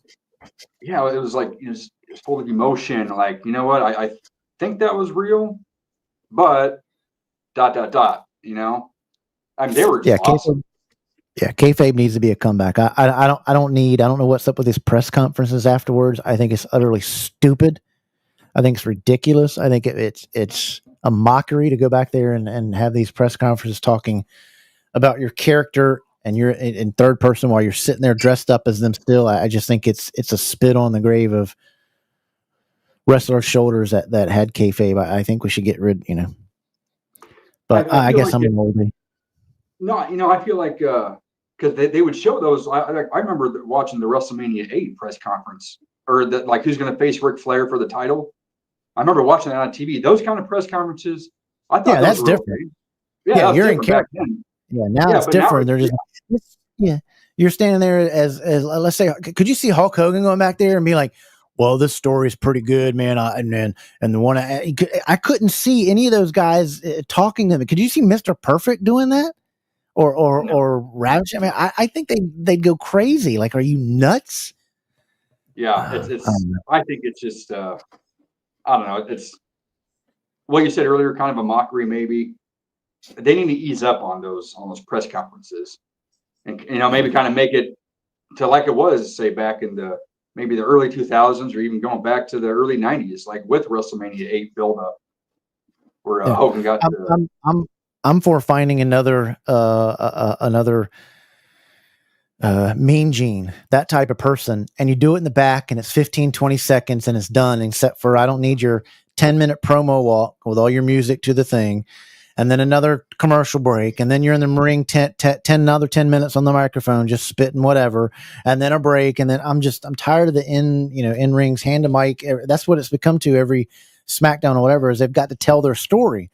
And well, if you're doing it really good, you don't need that 20 minutes in the ring with the two guys talking to him. If you've done good storytelling, I'm just tired of the in ring two guys talking all the time. I'd Yeah, rather I see feel a match. exactly. I feel kind of bad for the wrestler that's already in the ring while all these commercials are being shown and the ads and blah blah blah blah blah. It's like, let's go, let's get to the match already. Yeah, I'm sure he's probably uh, thinking, or he or she probably thinking the same thing. Let's go, but yeah. they're getting paid, so, and a lot of money. I'm sure they That's could. true. A whole lot, which they can be thankful for them old guys again. They can be old guys Yeah, for this. absolutely, AJ, man, absolutely. I appreciate you so much coming on and being, we went over our scheduled time. I thank you for being gracious of your time. I really appreciate you coming on. We'd love to have you back anytime. Do you want to talk about something else, or maybe just talking wrestling? You can come on back the show anytime you want, but we greatly appreciate you coming on the show tonight, man.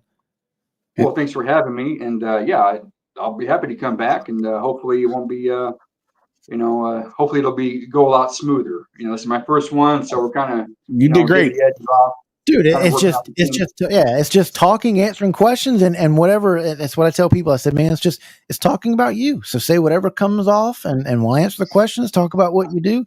Everybody just wanted to see what AJ, and they've been excited to see the show and to talk. Guys in the hobby, this is a built hobby podcast mainly, and they like to see this kind of stuff and what these. I mean, they see your name everywhere.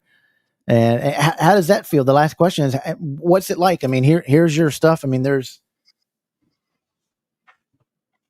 8 of them that's just behind me. That's on your leather. I Everywhere. mean, what's that make you feel like when you see that as growing up as a kid? There's all your stuff, behind you. How does it make you feel when you see your pictures and people are taking pictures and there's your name on the belt? Yeah, that's pretty cool. I mean, I'm glad you guys have it on display. I mean, as long as you guys like it, that's all that matters. Amen. That's it. So, but I will That say, is. come a long way from cardboard. That's for certain. Yes. Cardboard and glitter and thumbtacks. Yeah, come a long way for sure. Yeah. I mean, you've been doing this a long time as well. To come from the days of this. Oops, I did it again. There you are. From that to where you are now. I still Yeah, love I it. think I that. still think that's the best. I love that. The old school I, hand. yeah, I think during that time I was obviously trying to mimic, but create my own, like, because Milliken uses the spades, right? He uses the Mm-hmm. spades, and I just it's a little. Besides that gaudy, awful signature handmade, hand signed. Oh my gosh. That's another thing too. Going back to earlier, I don't want to hold you up here, but to try to keep the ends like your signature. I just try to switch it to something just more simple. You don't have to go all crazy with like Reggie Parks or a Dave Milliken kind of a thing. I don't know. Let's just keep it simple, but keep it original. Keep it classy. I got you. Make it look good. Make it look sharp. I got you. AJ, I hope you have a blast for the rest of the weekend. I hope you have a great night. And I thank you so very much for coming on the program and best wishes to everything. And I hope you get so many leather stuff that you'll keep doing this for another 20 or 30 years. I got to get my Intercontinental out this week, but thank you for letting us be your first podcast. Charge him double. Charge him double. Charge him double. Charge him double. Anytime. Appreciate it. Everybody give your hands up. Thanks so much, man. Ladies and gentlemen, give an applause for AJ Gittings. Thanks so much, buddy. We appreciate it, man.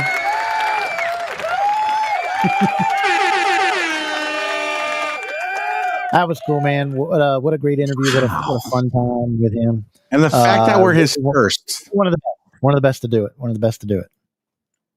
Privileged to be his first.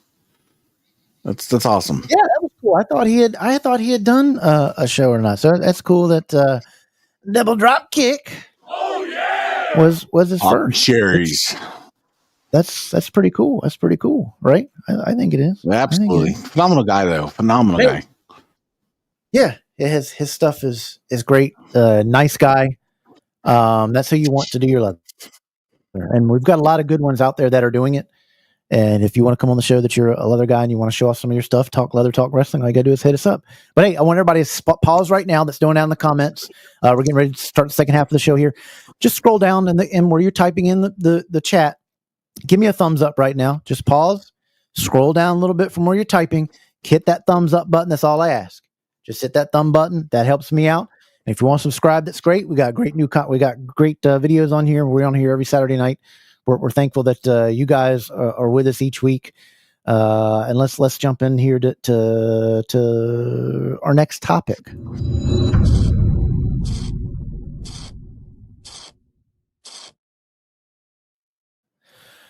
So there was some stuff that went on in the hobby, and I guess this is really more of would this be a hot topic, or was this drama that went on? Which would you say is a hot topic or drama?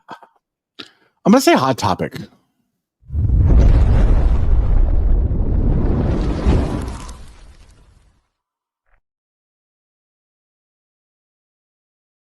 I know others want to turn it into drama.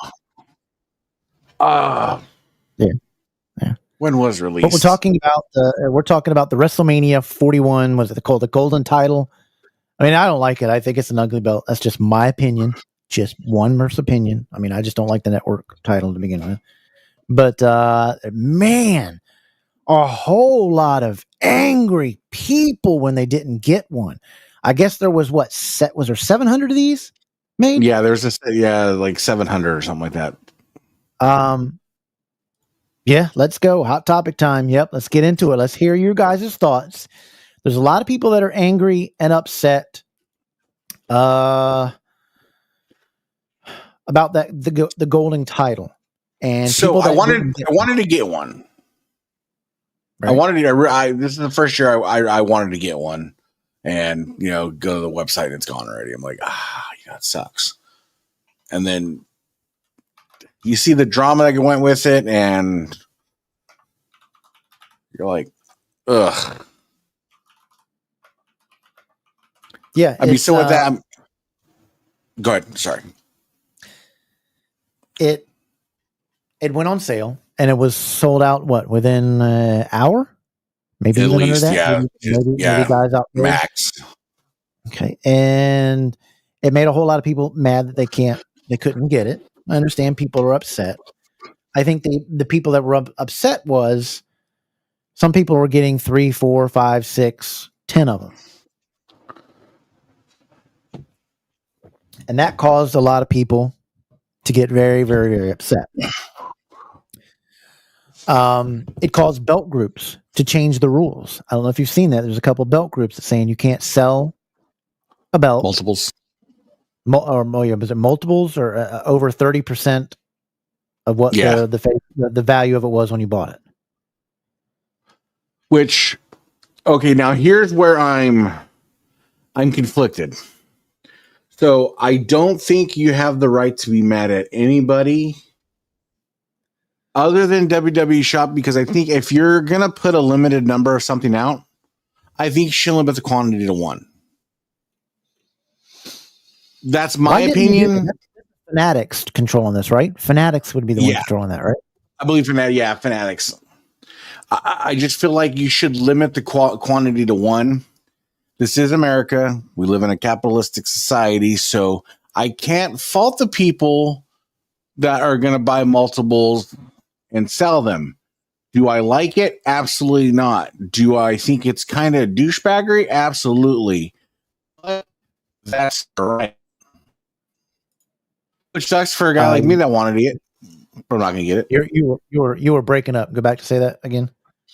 I said, 10 minutes. Wow. Yes. Sold out in 10 minutes. So Fanatics should have limited the quantity to 1. But, for me, I don't like the idea of people buying multiples and selling them for as much as they are. I think it's kind of, especially for a hobby like this, I think it's kind of a douchebag move, but it's their right. So I can't fault them. I'm not going to be mad at them. I think if anything should have happened, Fanatics should have limited the quantity to 1 per household. And that's it.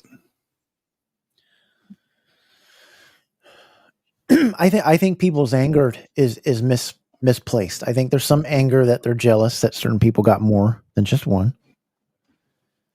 I think they're angry at the wrong person or the wrong people. You can for just one part of the reason. I think you're angry of what they're selling it is, and you can be upset about that. But that's in every hobby. It's in shoes, it's in knives, it's in guns. It's anything that's limited. There's going to be those poachers that do that. I think the anger needs to be misplaced instead of the people that are buying it. What was that old adage? You don't hate the player, hate the game. I think if everybody took this anger, bottled it up, and took either the phone number or the emails to WWE and Fanatics and said, look, when you're going to release these things, release it to 1 IP address, 1 email address, however you want to do it is the easy way to do it. Limit it to 1 per customer. 1 per address, 1 per household. Yeah, 1 per. If you would do that, I think there's a vast would cut down. But still, even if they did that, you're going to get some people with only 700 of these belts out. You're going to get some people that are upset. And then there's people out there that are only buying these belts. They don't even want it or like it. They're only buying it to make money off of it. You're going to run into that too. And I think if people do 1 per household, then you're going to have these people that don't buy them as much because they're only buying it to resell it. And it's not worth their time to wait for 1 to just make $500, $800, $1,000. I mean, you got a pretty crappy situation if you need to make, if you're that's important to make $1,000. I think you got to look at yourself in the mirror and your life situations if you need $1,000 that bad. But I think the anger is mistook, and I think it needs to be placed with Fanatics and WWE for allowing that to happen. What do you say to that point? No, I wholeheartedly agree. But and now here's the other flip of it too, like the groups that are trying to limit how much you can sell a belt for. I don't think that's right. I don't think it's fair. That's a slippery road to go down to, man. That's a slippery road. You live in a capitalist society and you're trying to limit something because you don't like a situation. I don't agree with that either. I'm not saying it's right. It is douchebag because I was one of the guys that wanted the belt. Hey, Carmine, if you want to make it right, hey, sell me one retail, buddy. But it is what it is. Well, to be fair, it wasn't just him that's doing this. I know he has one. Yeah. But he was the one that's being more vocal about it, but he kind of likes the come at me. He kind of likes that stuff. He feeds off of it. But the people, I mean, we live in a capitalist. That's capitalism. But to say you're not that is a variation of a scalper to buy it and to flip it and to flip it within a matter of days. That's the very definition of a scalper. But I think instead of getting mad at that, people need to be upset at,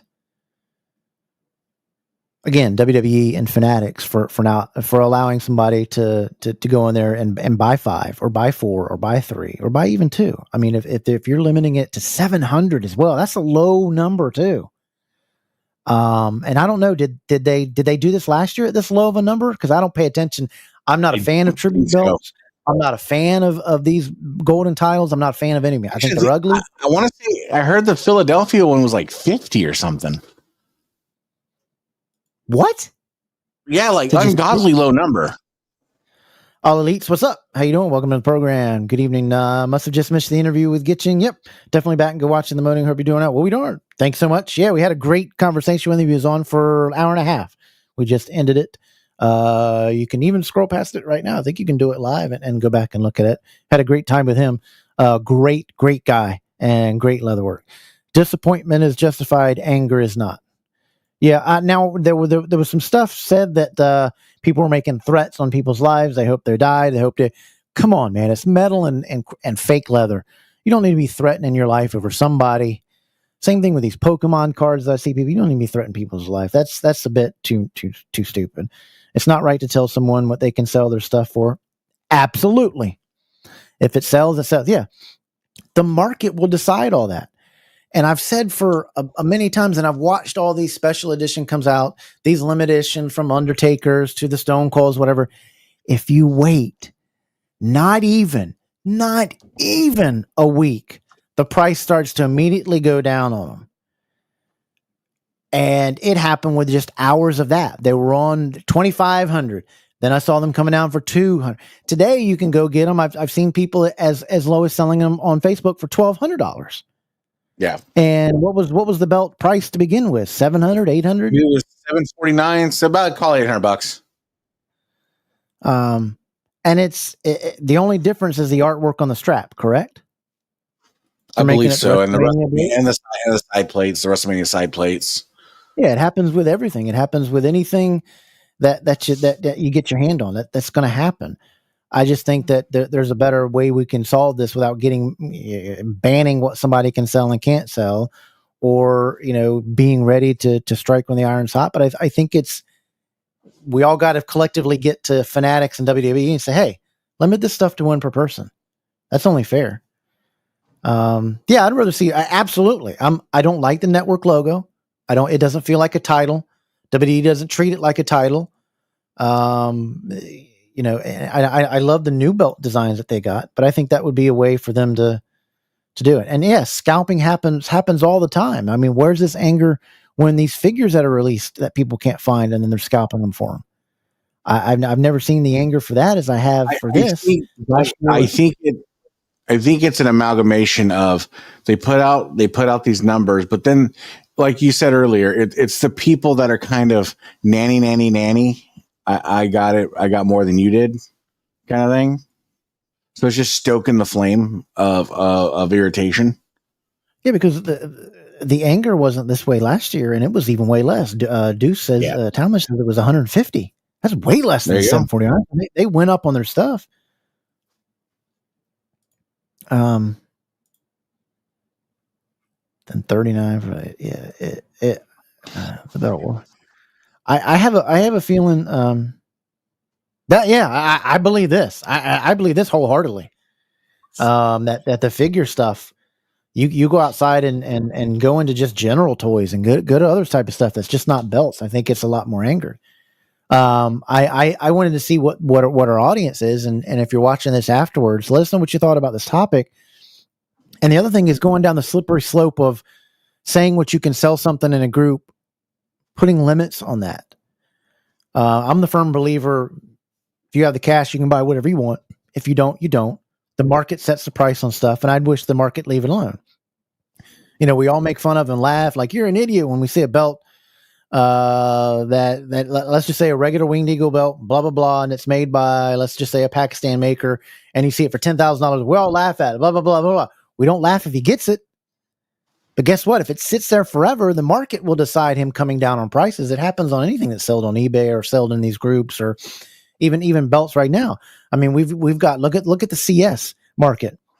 When they were first starting to make their belts and getting really, really good, you could get all day just a couple years ago up to what you were paying for it. Now you can't, because a lot of their stuff is getting out into the market, supply and demand. And really, it was that, because I could sell a CS belt for a couple $100 more because people didn't want to wait. But now it's like, ooh, yeah. I'm just wondering what the thought is and what you feel, and the people that are out there watching. And again, if you're watching tomorrow, which a lot of our UK people do overseas, what do you think? Should groups be getting into policing this stuff? Should groups be getting into deciding what the market is? Should the groups be getting it? Should admins be controlling that much of the hobby that they're deciding what a market is, or a free market is what you sell something, or you're limited what you're selling? Because if somebody's willing to pay if you're running a group. If you're running a group and you're abiding by the rules of, if you're a group that doesn't sell boots, or if you're a group that, sells boots, whatever, if you're abiding by the rules, you got your name. I don't think a group should be able to tell you what you can sell your product for. Not any way, shape, or form. Because I mean, you can go down a slippery slope. You can go into the thing of controlling what makers sell their belts prices for. Yeah. Would you like somebody telling you that's making a belt or releathering? Nope, I feel that's too high for releathering.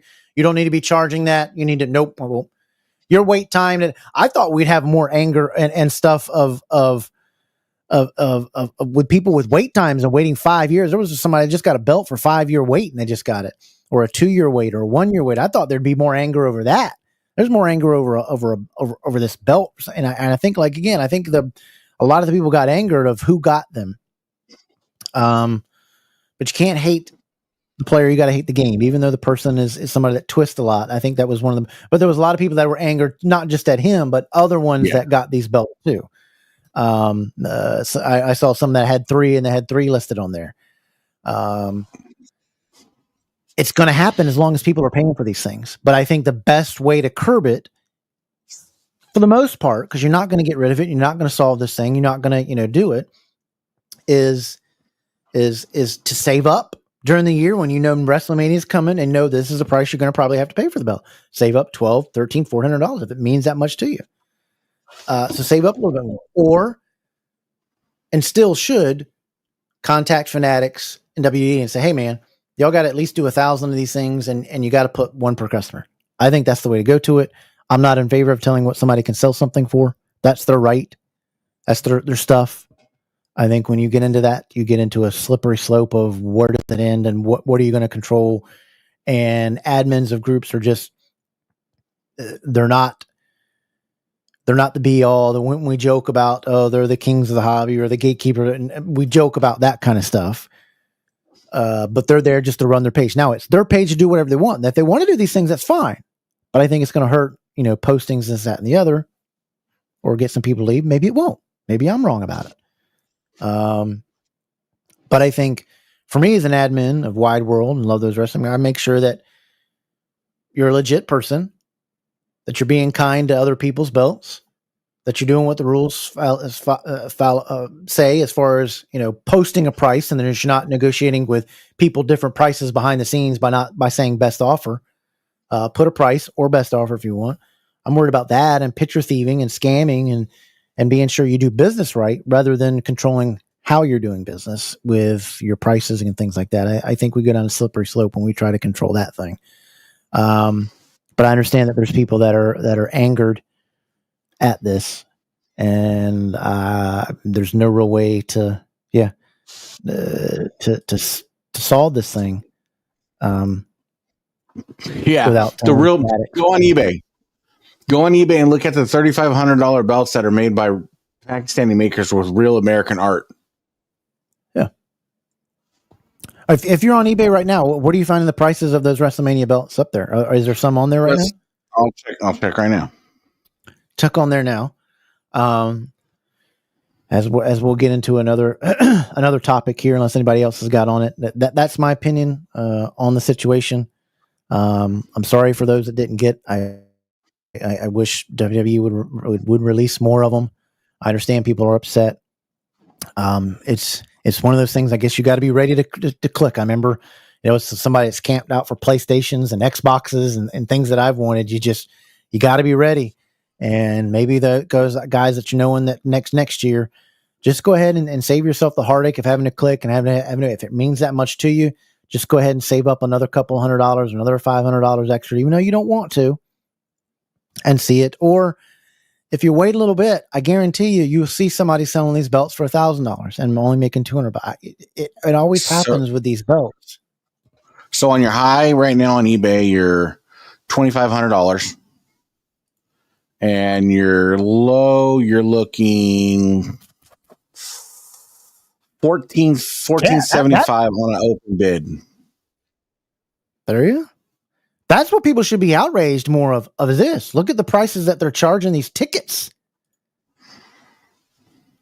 There you go, Nintendo Switch. But shouldn't the same people who are defending capitalism defend capitalism when they pay high grocery? Or, wait a minute, how am I reading this wrong? But shouldn't the same people who are defending capitalism defend capitalism when they are paying high grocery prices instead of being a politician or a politician? I don't understand. Well, I'm sorry. I kind of get what I think. I get what he's saying, but so like for me, I'm a Californian.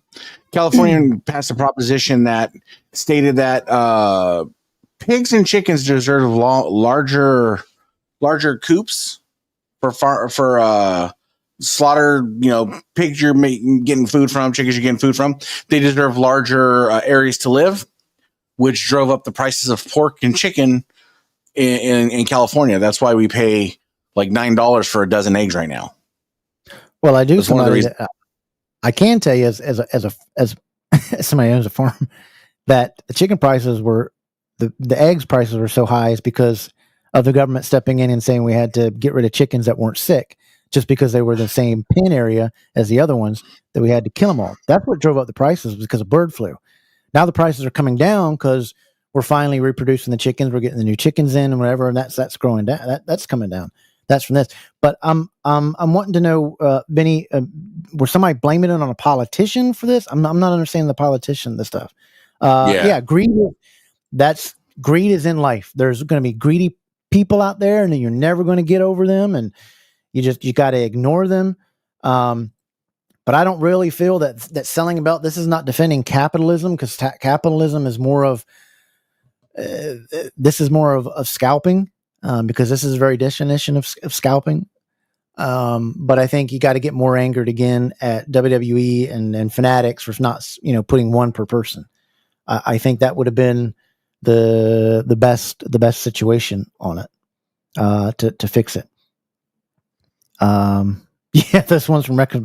I'm pretty sure you cannot tell corporations to lower their prices. This is not socialism. No, you can't. But if people continue to raise their price, like it's happening with these belts already, if it doesn't sell, they'll eventually have to start coming down because the products sit. It's a fine balance, I think, in that way, in terms to selling these belts and things that and the other, and just products in general. I know the products that we have here, when we send them out, if the products are on the back end of where we're shipping our products here on the farm, if it's loaded up and they've got too many of them, our prices have to go down on it to be able to move that material. Because if we don't move that material, it's going to go bad, and then we lose tenfold on it. It's like Black Friday sales around Christmas. People pay. Yeah, they do. They do. And I just, again, it's just something I'd wish Fanatics would open up more to them. Okay, I got you. You're talking about, okay. Yeah. Agreed with Platinum on that. Yeah, I can get you there on that. But we were talking, it's interesting that we were just talking about the stuff, because I've not seen anybody, be upset for, this right here. Look at this stuff. Holy cow. $500 for Damian Priest and Tiffany Stratton. I mean, that's kind of greedy, but people are paying this until the people stop doing that stuff. But this is just, I mean, imagine telling your 10-year-old that you can't go meet your idol because that's dad's, paycheck for the whole week. Yeah, that's our telephone bill, our utilities, and I'm sorry, Jimmy and Jey Uso, $600 to see you two knuckleheads? To see you two flabby super kicks? Come on. No way am I paying that for you. That's wild. Pay that to see Ric Flair or get a signed autograph for him. Dude, that is flat ass wild, honestly. That blew my mind. And I want to know later on, I got to find out is how long these meet and greets are. Cause I guarantee you it's what I see. They're in a little tented area or, those back black drops and you go around a corner and whatever. And there they are standing there. They're waiting like you do at Disneyland. You get 15 seconds with them. You get a picture. Yep. Shake your hand and you're out the door. That's the meet and greet. For $500, I want to eat waffles off of Tiffany Stratton's, you know what? Like, I'm sorry. It just, guys, do you not think this is crazy, guys? I mean, this is, yeah, they're feeding into it. I mean, when you do this stuff, you're causing this stuff, and you got to know that these belts are going to sell. You got to make more of them, and I have a feeling that there's going to be some more released after WrestleMania. And you got to know that they've got some saved from WrestleMania. Or even during WrestleMania. Yeah, and they're going to have some during that week selling at the thing. They're not going to sell them all up that way. But I would get mad at WWE and Fanatics. They got to do a better job on that. Exactly. It's like, dude, I'm gonna pay $600. I better get to super kick your tail. Or I'm gonna tell you, go around the corner. Hey man, you went from being in shape dude to being a flabby gut. Now you want to hold the world title? You better get it together there, son. That's another thing. Can he hold the world title? Yeah, that's crazy. Yeah, crazy. Dude, Matthew, hit me up if you go to the show and they got titles. Hit me up. I'll cash app you. There you go. If you're gonna know a person that's doing it, and watch what happens there. I guarantee you, at WrestleMania, there'll be like one person. How much you want to bet? There's when you get the pitchforks out. Like, now you're going to do that? So they don't run out. So they have more people coming up to the thing. This is where I'm talking about building up more titles, where you should be building up the Intercontinental or having the junior heavyweight title or some other title and make it prestigious and build up with the Intercontinental, because that's who the belt needs to be on. Uso, Jay, the Yeet, the Intercontinental. I just don't think he's a world champion. I'd put the Intercontinental belt on him. But it's looked down upon now that that's not a great title for some reason. And that's because WWE don't spend time on it anymore like they should, making their titles prestigious. No, I wholeheartedly agree. Yep. I won't pay that price. Yeah.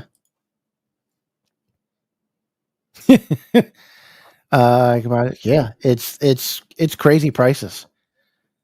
Yeah, it's a belt. It's so much more things you could do with that. For you're not getting this meet and greet. People thinking you're getting 30 seconds with a person, and then you're gone. It's just like they do at the Disneyland when you go around to meet Chewbacca there and get a picture with him. It's a meet and greet and whatever you're paying, and then you're gone in 30 seconds, if that.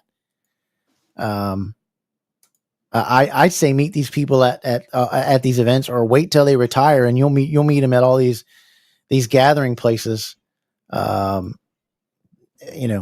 where you meet them at. The other thing that wanted to talk about was what we're doing with the WWE Hall of Fame. How'd you guys feel about now that the WWE, for whatever reason, there's no need to focus on let's get more wrestlers in there, and let's now do matches in the Hall of Fame. Kind of hit me as blah. Is this the way you do this so that you can get Stone Cold out at WrestleMania? Is this so you make sure that Stone Cold is going to be at that place? Because he's gone and done his own thing, and he's like spotlight on other people. Is this the way that you're making sure he's going to be there? I think this is more of a this cues me in more that he's going to interfere in a WrestleMania match more than anything, because now he's going to be there WrestleMania weekend. It's in his backyard. The Easter egg. But how do we feel? Bring back the European title. I'm all for them. I'm for a TV title that's fought for every week. Or just make your belts prestigious again. The Intercontinental is not a step down, and they make it feel like it. It shouldn't be. Sting, wow. Can they please?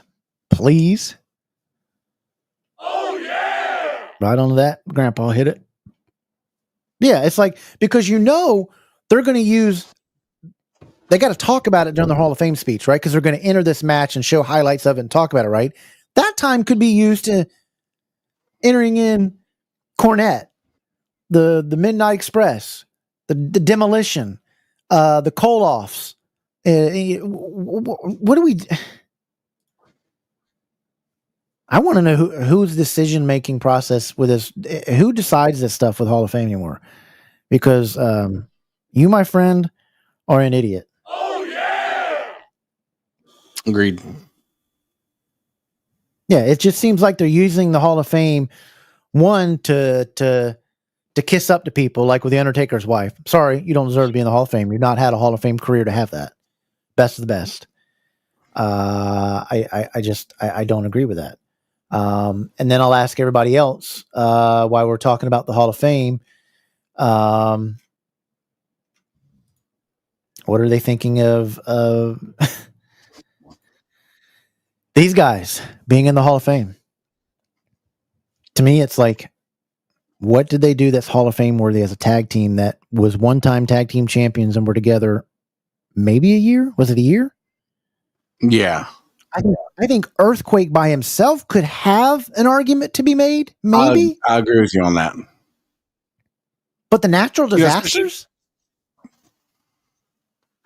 I agree. I agree. I don't think they were noteworthy. I could go right now to WrestleMania 41 that weekend, and I guarantee you 90% of the people with wrestling fans going in today, I'd say the Natural Disasters, until this even announcement was made, because now they might know who they are, but I guarantee you 90% of them would be like, I don't know who those are. Well, look at it this way. We'll have a Hall of Fame career. You're saying the Natural Disasters had a better career than the Demolition. They shouldn't go in before them. They shouldn't go in Midnight Express, the Koloff, the Russians. There's so many more people that I could name that need to go in this. You know, I'm all for of not even having to do the Hall of Fame, and there should be some big instead of having a 3-hour a SmackDown, which is way too long. They should take a second hour and make it all of people were entering this person in, and just going through it. You're in. Do it all of the people that are deceased that can't come and be live, and get those people in there.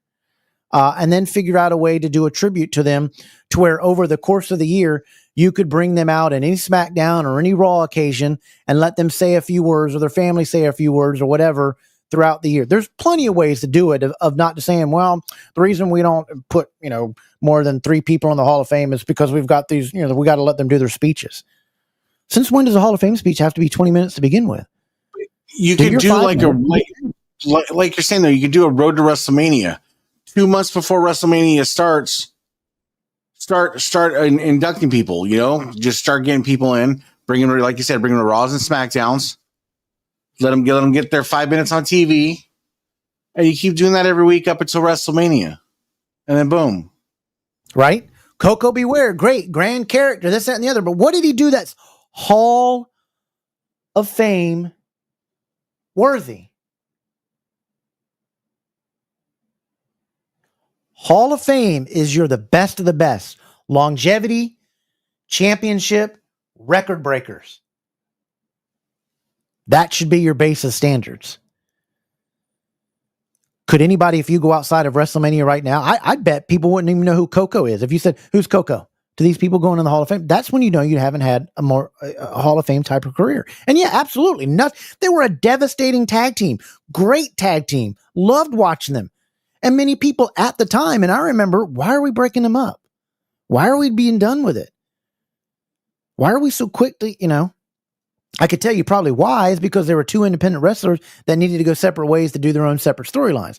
That's again, stop making up tag teams by putting two people together unless you're going to do it. Don't forget Tugboat is Cody Rhodes on Lives. If that's, I didn't, maybe I knew that, or did you know that? Maybe I forgot it. I didn't know that. I didn't know that.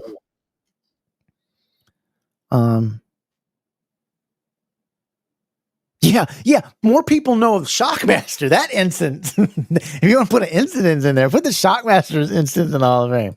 That's what's crazy. Who were all in the fame so far? We had, I still can't even remember her name. Michelle McCool. Then we have Triple H. Now Natural Disasters, and there was one more person. Who is it? Who was the other one? Can't remember. Lex Luger. Who was it? Oh yes. Oh God. Somebody that should have been in there way long ago. Sorry about that. Yeah. Yeah, him. Oops, can't get my thing right. That's just crazy to me. Anyway, let's we got to get to, somebody's gonna be excited about this picture of the week. Roll it.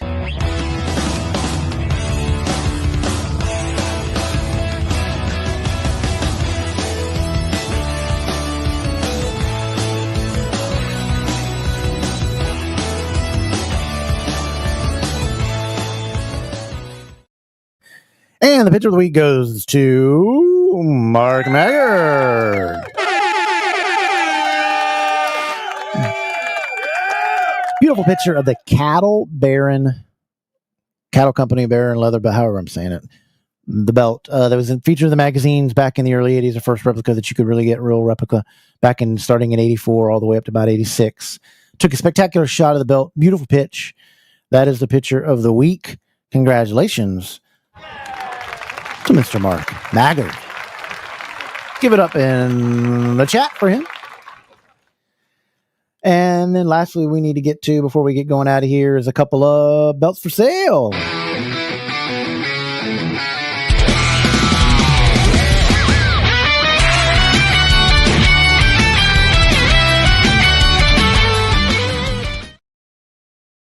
That's right. Hit it up to the belt bar right now. We got to make sure is the light on. Yep, the light is on for the belt bar.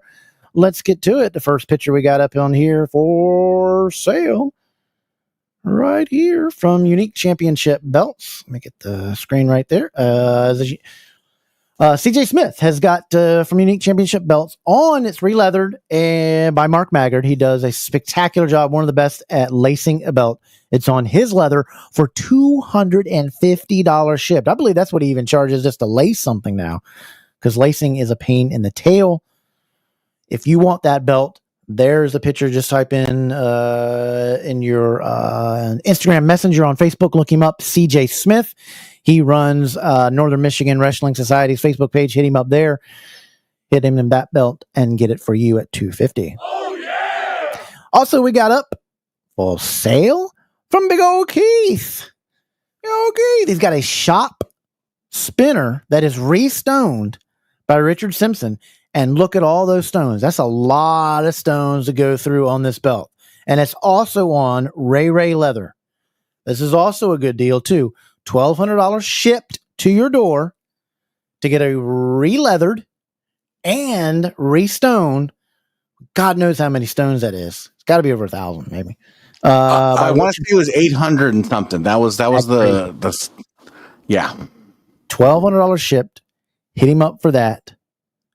From Keith, for $1,200, get a shop spinner.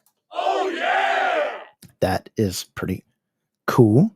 And then the last thing that I wanted to show off here is we've got a couple things here from our buddy Groovy G, who wanted me to show off a couple things that he has for sale. He has, let me get it up on here first this way so I can show you the pictures firsthand and tell you what they are and show it that way, because it's a couple of stuff that he has for sale. He has this belt here, which is the... I have it here. Where's it at? There it is. He has the AWA Inmate. It is unknown maker. It's got a broken belt on it, but it has a Velcro instead of straps. It's looking like reused. It's very nicely worn in. Everything's fine on it except for the one bolt, but it's $500 shipped or best offer on that. He also has a Groovy G big gold belt with a custom NWA spray paint on real leather that is signed by Eric Bischoff. Comes with a removable nameplate. That is $800. Let me show you where that is at. There it is, right up there at the top. Also has the WWE Shop Oval IC thicker plates version 2. It is restoned and on re-leather. It is signed by Shelton Benjamin and comes with a removable JBL nameplate. It is for sale for $600 for him. Then he's got the Groovy G big gold on black leather strap. Comes with a removable nameplates of Kurt Angle, Ric Flair, Jeff Jarrett, and he's selling that for $800. He also has an official TNA Magnus right here. This figure, box sign, we've been at $80 shipped for that. And he also has this really cool thing that I wanted you to say. One of those main event poster things that hung outside one of the events. Very, very cool piece right here. Very huge, very big. It is the WWE Elimination Chamber that happened in Australia featuring Jey Uso. It was hung on the the light poles to advertise the event. It's huge. It's 14 feet high and 4 feet and 9 inches wide. Doesn't have a value on it, so you can hit him up on a value to sell for that belt. For that piece there. Very, very, very cool. That thing is absolutely huge. That is pretty cool. Hit him up for that. I think I had a better picture of it right here that he sent me to really get a grasp of how big that was. Here it is right here. I think that thing's huge. Mammoth. Big bird. Ethan, we had a good time. Well, absolutely. Fantastic. Get to some of the scamming stuff. We'll get to that next week of some of the scamming stuff.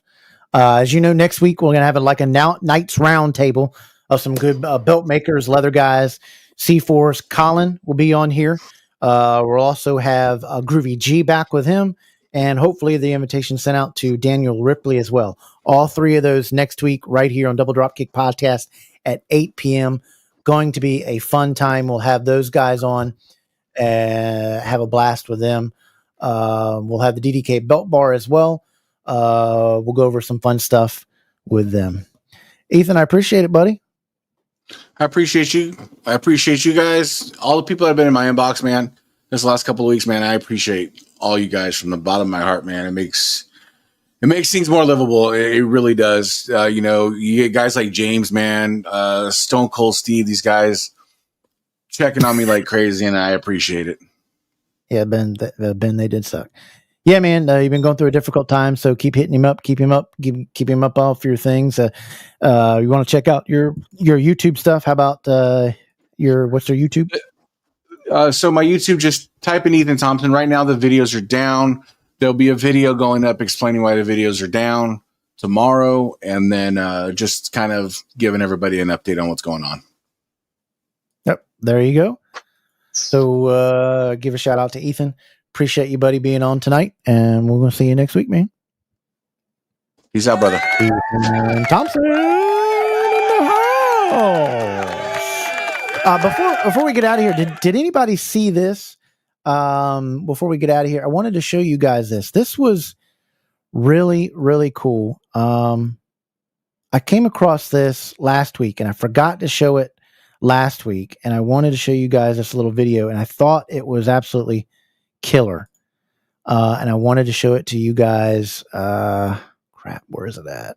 Here it is, video file. Where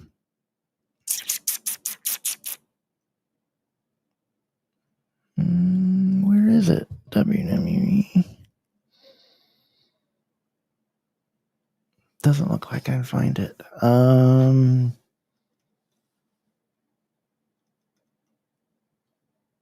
Okay, here it is. I found it. I had it underneath the wrong thing.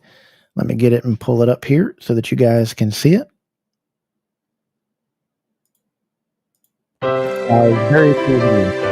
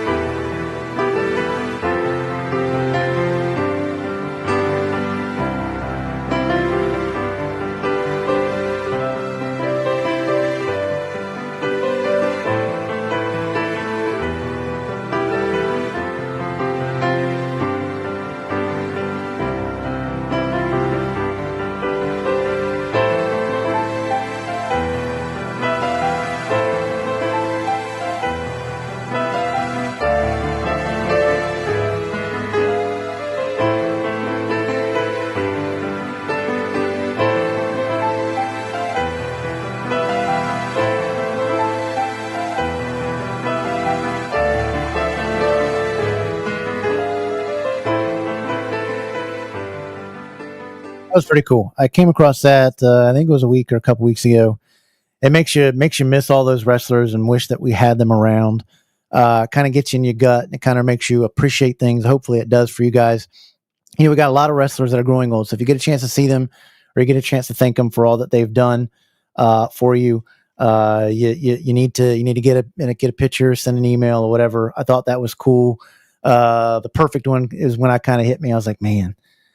Some of these guys that are gone for they've been gone for a while, and then some of them that have left us. So if you get a chance to see your wrestlers, make sure you hit them up and thank them for all that they did. And they're not going to be around much longer. Not going to be around much longer at all. So make sure that you see them. But I thought that was cool. That video. That was around showing the old wrestlers. Sure wish a lot of them were around. I'd love to know what they think of wrestling today. I think some of them would be in good key positions to give us some good storylines, because we lost a lot of great minds in wrestling. It was pretty cool. Saw that a couple weeks ago, and I forgot to keep bringing it on. I had to change the music because it was a different music. Eric Clapton to it, and I knew I'd get a strike from YouTube from that. So, but hey, man, had a great time. Make sure you come back next week right here on Double Dropkick. We'll have another great show for you. We're going to have Colin from C4, Groovy G again, and Ripley all on, and a little Knights round table of makers talking wrestling, talking making belts. C4 will have a couple announcements, so you don't want to miss that we have coming next week. It'll be a great show. Check out Spanning the Globe. Let's come up Thursday night, 8 p.m. Central. Take them guys out and check out C4 Authentic Belts at c4authenticbelts.com. They're taking you back to like it's 1986. So please make sure you follow me on Twitter and on Instagram. So thank you so much. And also hit our main guy up, Stephen Hammer, on his one of the greatest of all times reviews. Stephen Hammer Wrestling Reviews does a great job of reviewing all his belts. Thanks again. For Picture of the Week from Mark Maggard, And thanks so much again to AJ Gittings. It's his first time being on a podcast. As long as he's done it, thought he'd be on by one now. What a great interviewer, a guest. He was a great job, and we'll have him on again next week.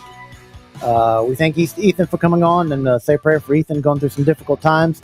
Just tell him you love him, and we'll see him again next week. He'll be on with us again, and maybe we'll even get Stephen Hammer to come on that show with us when we have this round table of some pretty big guys in the hobby that have done some great things for this hobby. So I thank everybody. I want to make sure that you like and subscribe to this program so that you can be a part of that each and every week. We have a blast here with you guys. We'll get you some scamming stuff next week. There's a couple of scammers you got to be aware of. Pay attention to them out there because they're doing a lot of bad crap. So I want to make sure you guys come back next week. We'll have a great show. Until then, I want to make sure that you stay kind, stay humble, and we'll see you right back here for another DDK Saturday night. See you next week, guys. Good night, everybody.